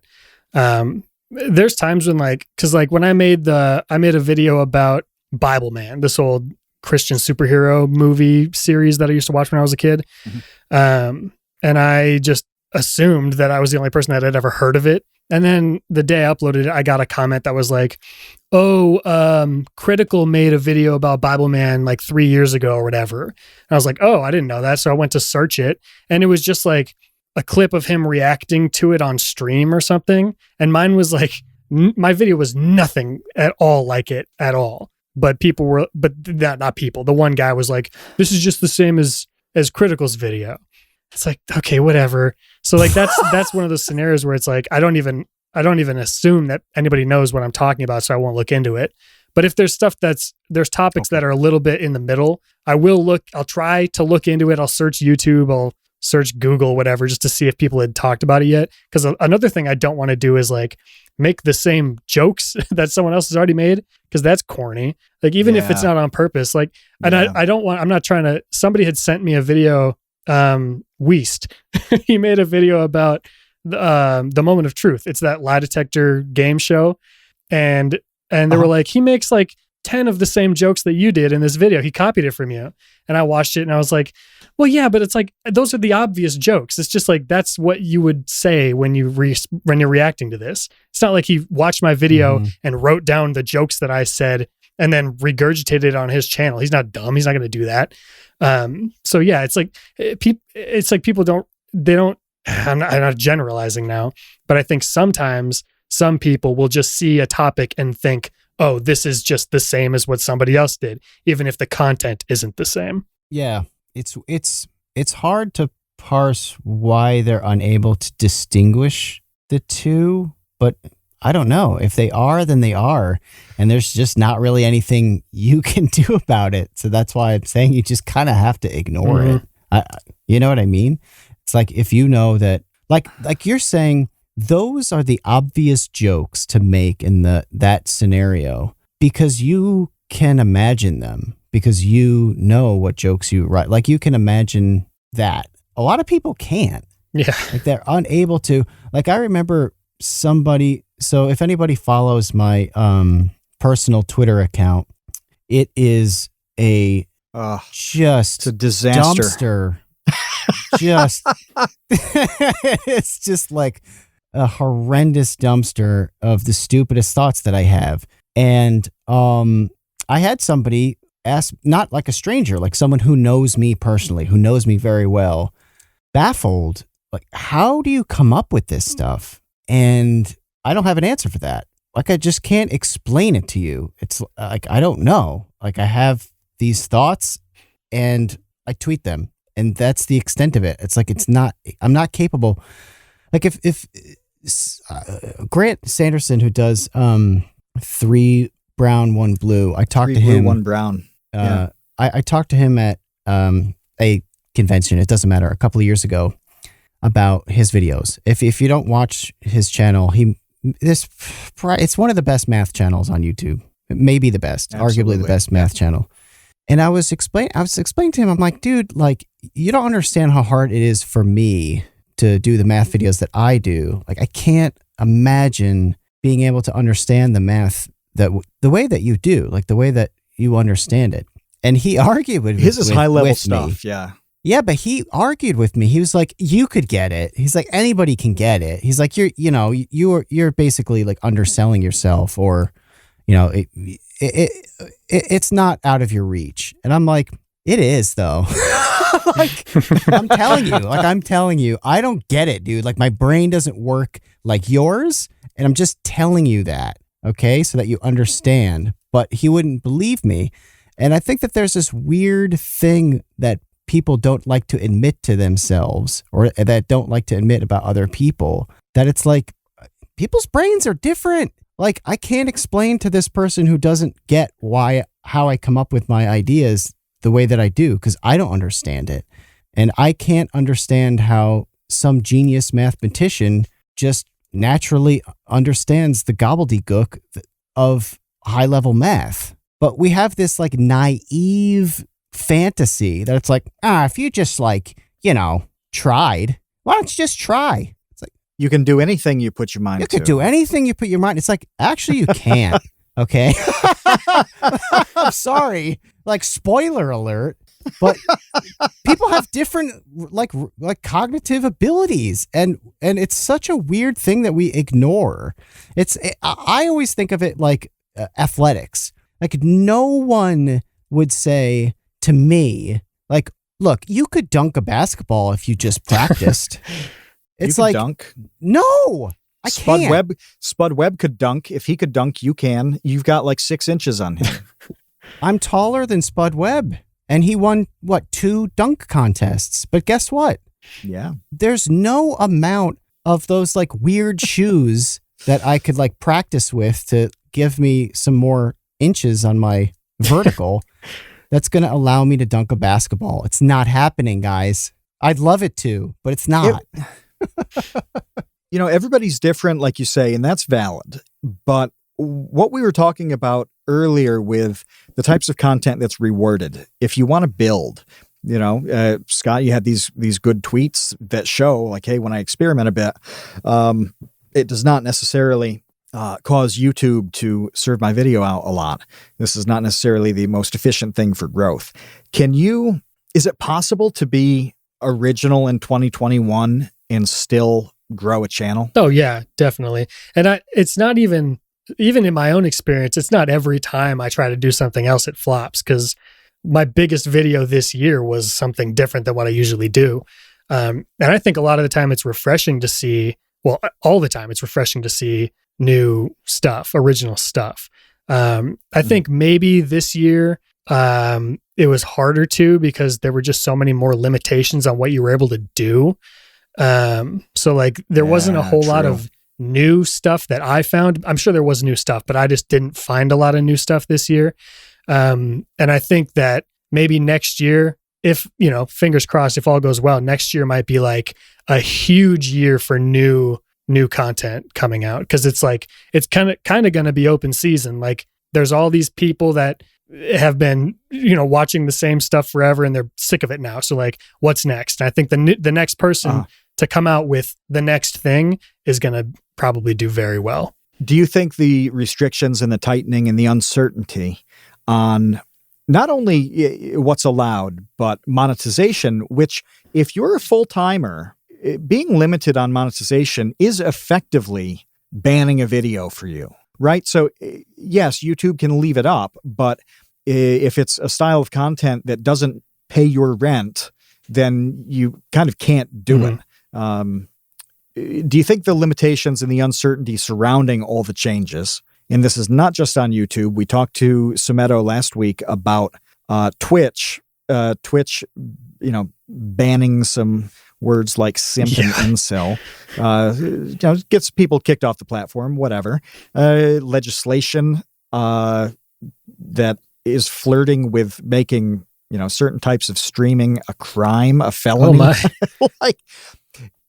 Isn't this stuff scary in the sense that it could tighten up kind of the general like willingness to experiment? Or do you think it's going to push them to experiment in like new acceptable ways? I think both, because I've seen it both ways, where like there's the people like Leafy who is just gone now, but then there's the people also like iDubbbz who has shifted what he's doing. And what he's doing now is amazing. Like people are receiving it very well. And even people like Max Mofo, who does totally different content now than he used to. And he's doing very well doing that too. So there's room for everybody, not everybody, but there's room for people to change and shift and mold. But I think it's more scary for somebody who is in less of a I hate to call it like a position of power, but like iDubbbz is huge. So he kind of has a little wiggle room to try new things. Whereas somebody who maybe has like 150,000 subscribers has less room to maybe experiment with stuff. Because if they're using that AdSense that they're making to just barely pay their rent or whatever every month, and then they're like, okay, so I want to try something new and it doesn't work out, it's like, all right, well, shit, you're not making enough money to pay your bills now. So I think it kind of depends on like, it really is like case by case, which is such a cop out answer, but I mean, it's kind of the truth. Yeah. Do we have questions from We have questions. Our patrons? So if you're listening and you don't know the deal here, our patrons are allowed to join us live during the recordings and they chat. We have an open chat for the patrons and they get to ask questions. So if you want to chat with us while we're recording, send us links for us to look at and to ask questions to our guests. Become a patron. Okay, Matt, go ahead. Yeah, we've got a bunch. The first few are Christmas themed because tis the season. Tis the season, Mr. Cramer, in case you didn't know. Tis, yeah. Yeah, I'm trying to think how to order these. Jeff asks, this is a good one to start with. Jeff asks whether you think Die Hard is a Christmas movie. And this is something that's on Twitter. It's sort of like pineapple on pizza, but seasonal. I see it every year. I never see a conclusive answer. You got to bring the hammer down and decide this. I've never seen the whole thing start to finish. I've only seen like bits and pieces of it. As far as I'm concerned, it's a Christmas movie if it is about Christmas, right? Like if that's the main theme. And Die Hard, in my opinion, isn't, from what I've seen, it's like it happens around Christmas time, but it's not, the movie itself isn't about any like Christmas theme in any way. So I don't think I would consider it a Christmas movie. If you do consider it a Christmas movie, that's fantastic. Great. Good for you. And if you want to watch it every Christmas, that's awesome. But I probably would vote that it's not. In my limited knowledge. I like that distinction. Do you have an opinion on this, Kevin? Because I don't know it. Yeah, well, I just hadn't. You hear this, it's kind of like a meme now, whether or not Die Hard is a Christmas movie.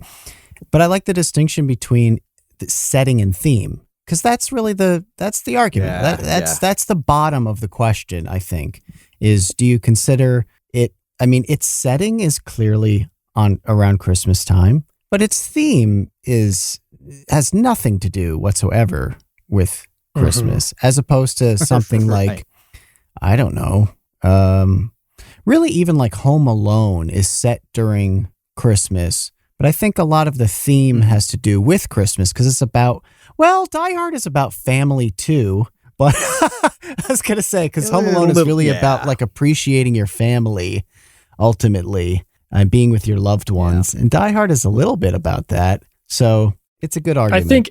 I think the difference with Die Hard is like, if you took out Christmas from Die Hard altogether, would it change the movie? I haven't seen the whole thing, so I don't know if it would or not. But I think if you took out Christmas from Home Alone, it'd be like, okay, what's going on here? Why did the family leave him? There's like a reason for it. Whereas I don't know if that's the case with Die Hard. But again, I haven't seen the whole thing, so I like that. That's a really good distinction. Something that popped the other day that I didn't know, not to belabor this Christmas film point, but this is just too weird not to mention. Miracle on 34th Street is a classic. Okay, it came out in 1947. Miracle is a classic Christmas movie. When you think of like the top 3 Christmas movies of all time, it's going to be Miracle on 34th Street, It's a Wonderful Life, and then whatever third one you really like. But those 2 are in the top 3. This movie came out in May. It came out in the first week of May in 1947. And apparently they concealed on all the advertising, all the posters and stuff, concealed every possible Christmas element so that people would still come out to see it in the theater. Really? Can you imagine going to the theater in May and walking into a Christmas movie without expecting it? That's a serious bait and switch. What a scam. Why don't they just wait? And then it actually, I don't know. There's got to be an explanation. They kind of did that with. I'm sure they kind of did that with Super 8, where it was like advertised to be one movie and then it ended up being something else. Yeah. I do know the reason. I totally spaced on this. But it's just generally like more people were going to see movies in the summertime than in December. It was that simple. The calculus was like, more people go to the theater in May. Let's throw this movie out in May. And I guess you could pull that off back in the earlier days. Yeah, that's weird. The third movie, Christmas film not released around you Christmas. said whatever. I would say A Christmas Story. Yeah. Well, that's got to be in the top 3. It plays for 28 hours or 24 hours. Scott on 2 channels. Scott I disapproves. hate that movie so much. Oh, With your heritage, how can you hate a movie from that part of the world that celebrates everything that's right and wrong about the whole ethos of Middle America? maybe that's why, because it's too like it's such a thing here. It's like whatever candy that's too sweet. Yeah, it's just so. I don't know. It's also the movie is so slow, and the only time I ever hear about it is when like really old relatives are quoting it. And it's like, yeah, I heard you quote this last year, dude. Like, I don't know. There's just something about it that I just don't like at all. Really old. It came out in like 83, Well, 84. yeah, but it's basically as old as the Gremlins. relatives that are quoting it are very old. You know what I'm saying?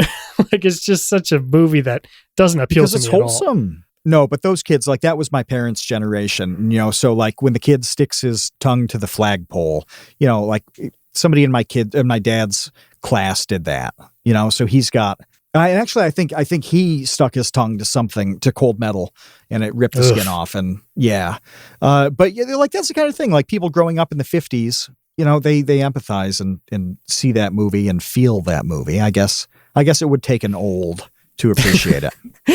Taken old. Yeah. So that movie's as old as us. Christmas movie, Matt. You. That's how old the movie is. It's as old as us. Okay.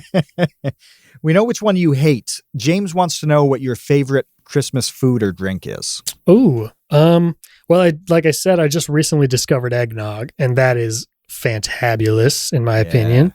I don't know about food. Like what is a Christmas food? Like cookies, I guess. What would be considered a Christmas food? That's a good question, because I would say fruitcake, but fruitcake is nasty crap. I've never actually had it. It's horrible. Get your fruit out of my cake. Just give me the cake. Fruitcake's awesome. No, it's good. Ugh, it's nasty. Of course you like fruitcake.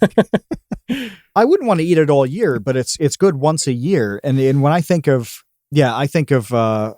these peanut butter bowls that my mother makes dipped in chocolate. That's something that only comes out around Christmas. They're terrible for you. Absolutely terrible. Wait, can I place an order? Eat them all year. For these? Is it? They've been requested so much. How do I get to try Ben these? has had them. When Ben is back, and Scott, this is one of his rare misses, not being here tonight. He works on the show with us. I think Ben has eaten those for my mother. And one year, Ben's brother, his Christmas list was an order of those for just himself. Goodness. He wanted my mom to make them. They're that good. They sound incredible. I'll pay for this. They're good. I'll they're mail her totally a worth check. it. I'm not even kidding a little bit. I'm 100% on point. This is not a shtick. I'm not memeing. Well, knowing how much you like peanut butter, like you would go bonkers for these. Correct. But we can round out the Christmas cheer with a question from Monsieur Chinchilla. How will we all die before the end of the year? You want me to answer that? I hope we don't. We need a theory though on the world ending. If it had to happen, I hope that it would be, oh man, if one could only hope that we would be swallowed by a planet-eating alien life form of some kind, just comes in out of nowhere, MCU style, chomps the whole thing down in one go so we don't have to think about it too much. That would probably be my ideal way to go. But I hope it doesn't. I hope it doesn't happen. That's a good one. Has there ever been a movie or a story in which, there must have been, because this is not like a far-fetched original idea, in which the invaders weren't scary, but they were like incredibly enticing, and you wanted to ascend. Obviously they end up wiping you out. Yeah. But it's like a beautiful thing. Like it looks like a thing that you want to do. Like you want to be devoured by them because it's so, I don't know, pleasurable. Yeah, I don't know. That's like biblical. Does that ring any bells? There's a Twilight Zone episode that's cooperation based, and it's called To Serve Man. Should I give a spoiler on this? Should I spoil this episode? Spoil it, baby. Or are you going to go back and watch a black and white episode 65 from 62 years old? I think you can. Yeah, no, you're completely right. It was about spoiled that. on The 58. Simpsons anyway. The Simpsons Treehouse of Horror. Right. Did yes, this. they did. Yeah, aliens land and everything is great. Like, they make the world a better place. They solve all the world's problems, like electricity. They give the whole world electricity. They end hunger. They end war. Everything's perfect. And they're doing this. They have a book called To Serve Man, and all these things are in service of man. In the end, it turns out that To Serve Man is a cookbook to eat humans. But they were certainly benevolent, and everybody was on board. They were thrilled at all this great stuff the aliens brought. I just figured out the pun, the To Serve Man. That's funny. Yeah. Yeah, the payoff in the show is when he realizes that it's actually a cookbook. That's good. Yeah. So we got a couple here that are not Christmas focused. Dojangles wants to know, who are your greatest influences on YouTube? Oh boy. Gosh. Influences. I'd say Drew Gooden probably is number one. I've been so here's the thing. When it comes to like the way that I make videos, and like, if you were to watch a video that I made and a video he made, they're clearly different, but just his style in general is something that I've been like very much so emulating for a couple of years now. Not the style that he does, but like the style that he kind of like built. I'd say he's the number one guy what was it? Inspired me? What was the question about like guys that just greatest influences. Yeah. Greatest influences on YouTube. Yeah, he's definitely number one. I guess I don't know. I'd have to like look at my list of who I'm even subscribed to. Who do I watch? Oh, dude, Scott the Woz. Oh my gosh. I can't believe I didn't even think of him. That guy. Do you know who Scott the Woz is? Yeah. Talk about talent and hard work and just consistency, and the dude is unbelievable. He's 22 years old. He's been doing it for years. He's like never wavered in what he's been doing. Honestly, that he is one in a million in my opinion. That dude is going places. And he's come up as a request to have on the show like 71 times. And I don't know why we haven't asked him. It's the same with you.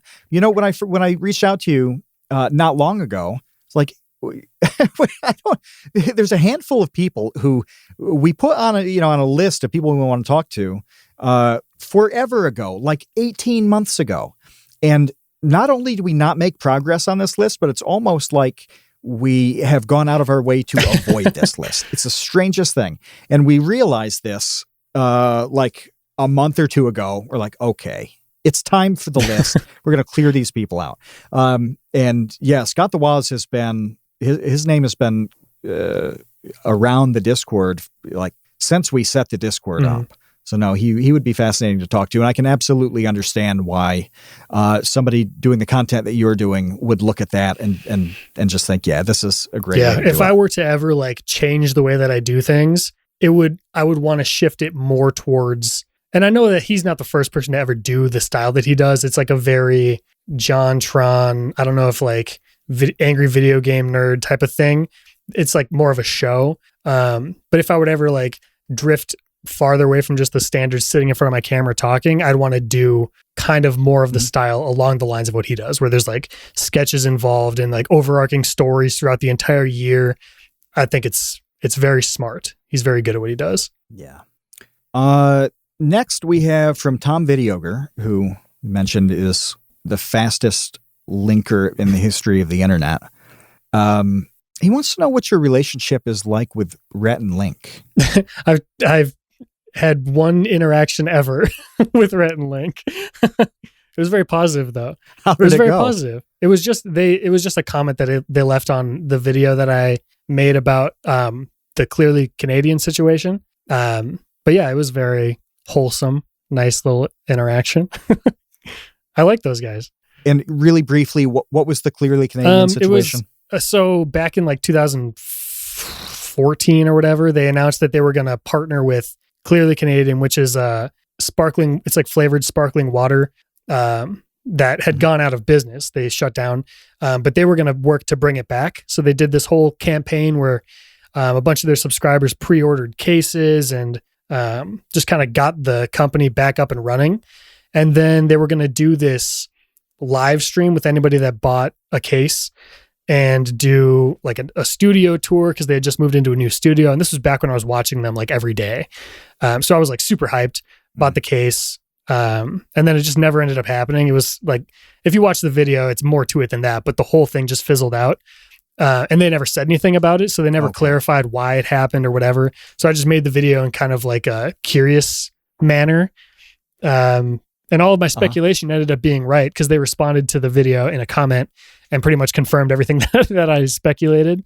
But that was it. That was the extent of our relationship. I watched It's really that funny video. that comes up because you did?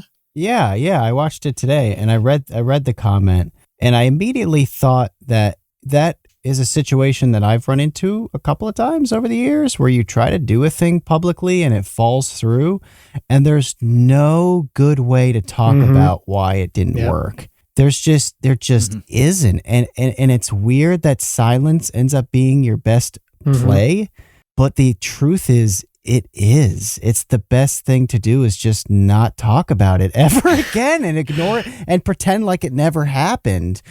Because getting into any of the details of why it didn't happen just opens up this Pandora's box that will never close. That makes everybody There's look a happy bad, ending probably. though. Yeah. It kind of does, but you're right. Sometimes the best thing to do is to let a thing be bad and then fizzle. But what I've got to think of the days of the week here. This is a Wednesday because Wednesday is TCU night. Saturday, I went to the grocery store and I saw Clearly Canadian on the shelf. What? Yep. And it was, so I loved it as a kid. I loved going to the store and getting Clearly Canadian. And it was like 69 cents a bottle back then. It was like $2.79 at the grocery store. And I thought, wow, I can't believe that's around again. I loved it. I'm not doing $3 a bottle for this. Bizarre. I'm guessing they must have just they must be barely staying alive at this point. Because I know that part of the reason the relationship between them and Rhett and Link fizzled out was because they weren't like fulfilling orders and stuff because it just wasn't working out. So I can't imagine that they're thriving at any, in any sense of the word. So I'm surprised that they're actually still selling them. Maybe they got bought out. Yeah, somebody maybe. else is distributing. Who knows? That stuff gets so messy so quickly. And that's kind of what I was like trying to imply is like the details on stuff sometimes are so crazy that it's not possible to even start talking about. Well, we've got a couple more quickies and then we can get you back to Culver's.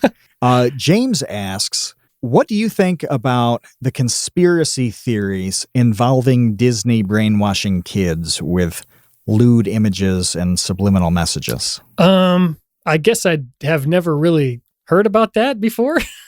Is it something that they do in old animated movies, or what's the theory? Yeah, I know that, like, for example, one of the classic things on this was a scene in The Little Mermaid, I think, where, they're underwater in this and like sand brushes up and like spells the word sex or something. It's in the Lion King.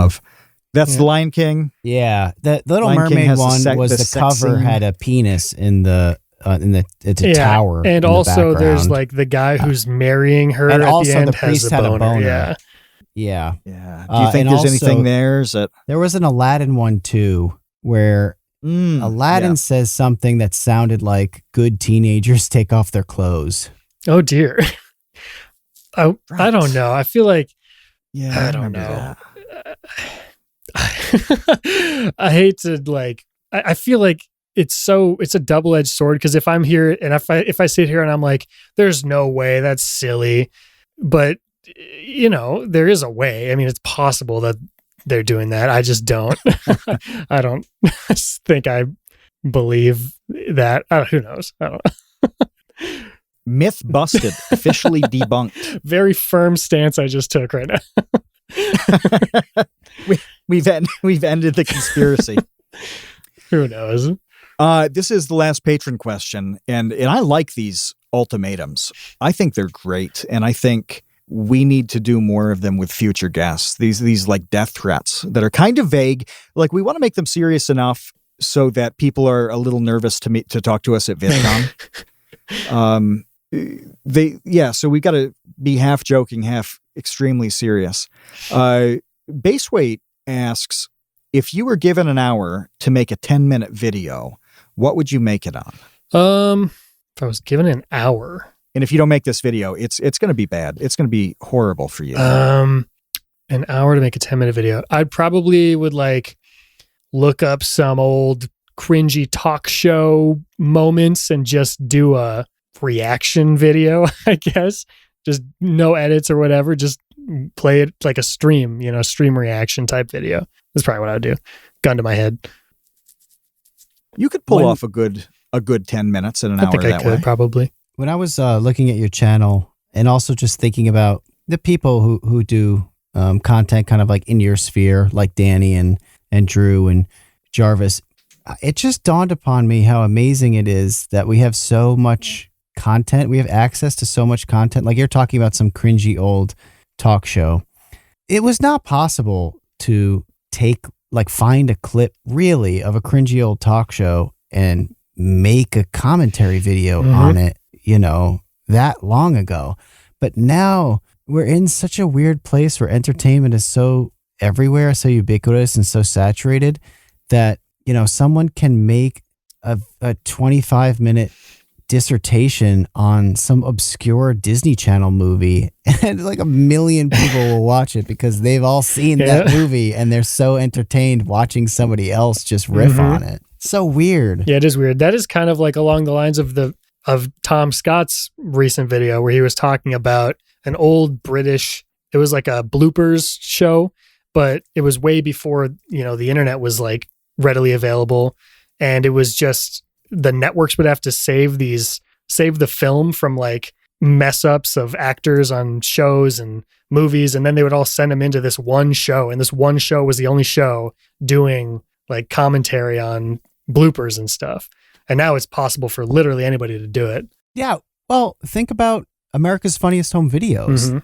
That show was so popular. The ratings on that show when it was in its heyday were completely insane because it was such a unique idea to be like, oh, here's like normal people just like me, like getting hit in the balls with like a wiffle ball bat. Yeah.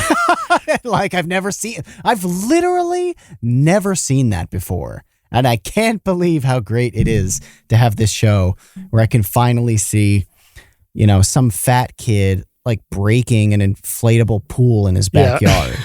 And it's the most entertaining thing of my life. And now we're at a point where that's like, you see 1,000 of those things on TikTok or Twitter or whatever every single day.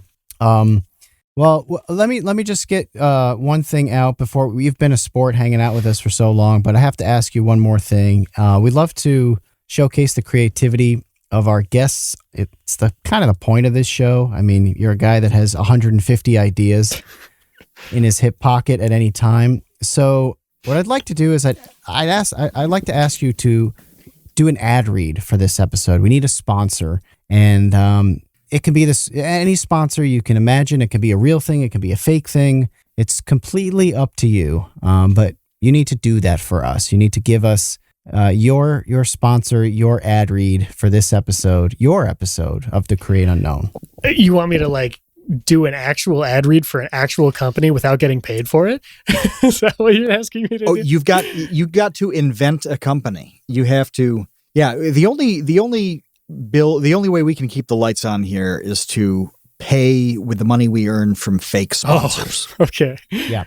That's how we pay our bills. So we need you to just invent a sponsorship for us. Okay. How about, one company that I've always had in my back pocket, and don't tell anybody about this, okay? Because this is a rock star idea, and it's mostly just because of the name.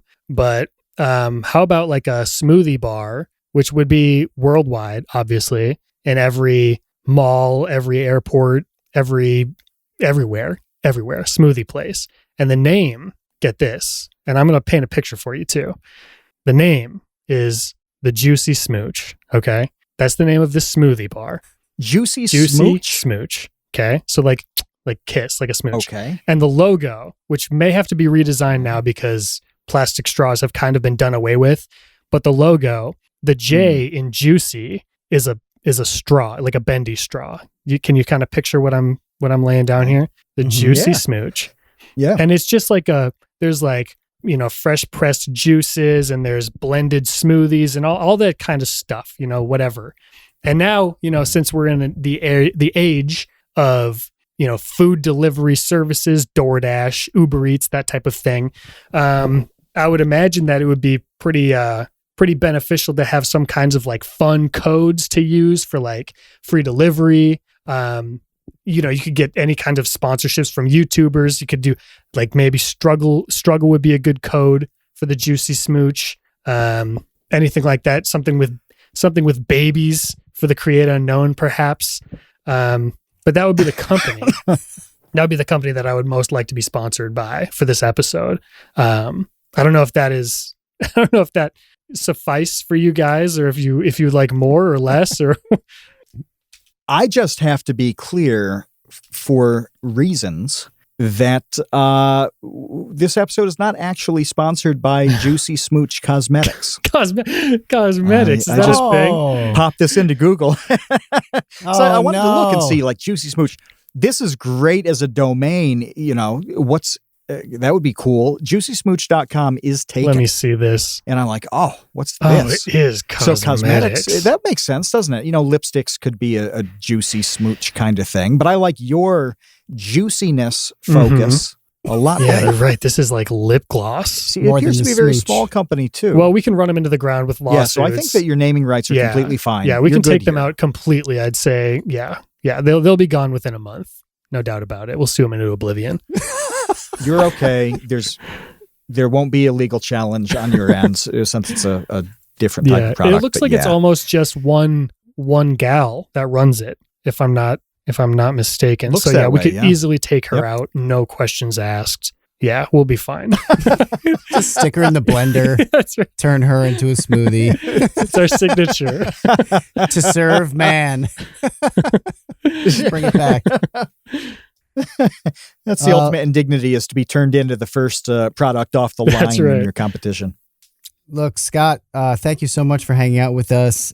Look, this was the other thing I wanted to mention earlier. Look, if you haven't watched any of Scott Cramer's videos, there is no reason you will not enjoy them.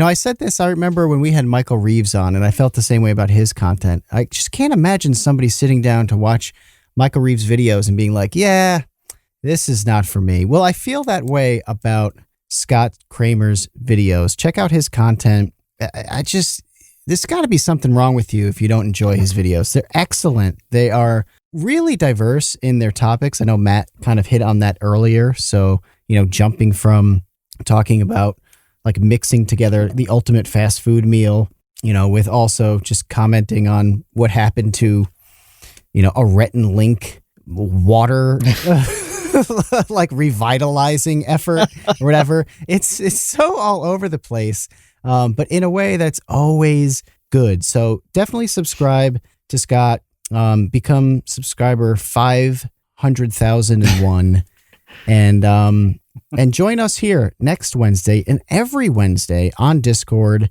Become a patron. Just go to patreon.com/thecreateunknown and join us in the chat. We have a lot of fun here. I don't know if you're interested in fun. Look, if you're not interested in fun, do not become a patron. Cool. Do not subscribe to Scott Cramer. Just continue, I guess, staring at the wall indefinitely. But if you do like fun, hang out with us, watch Scott. And until next time, we will see you, Space Cowboys. Thanks for listening to The Create Unknown. We'd like to extend a huge thank you and a congratulations to the listeners who made our Save the Babies drive a success. Many new $2 Tots and Dumpster Crew members, you have saved tiny little lives. A tremendous shout out to our elite baby gang. Trevsted, Boromir, Bot Dogs, Chinchilla, Cat, Isaac, Conrad, James Gallagher, Jeff Davis, Patrick Pister, Baseweight, and our newest sweet little babies, Dojangles and the Catboy Laterment. And thank you to our grizzled, battle-hardened child infantry, Jen Mafasanti, Kevin with an E. Menard, Mikhail Steinke, Risebread, Sean Malone, Monahim, and the newest recruit, Private First Class Ryan Kinder. Thank you to our producer and editor, Ben Webster, and our social media manager, Dan Yoshua. The Create Unknown is an Unknown Media production.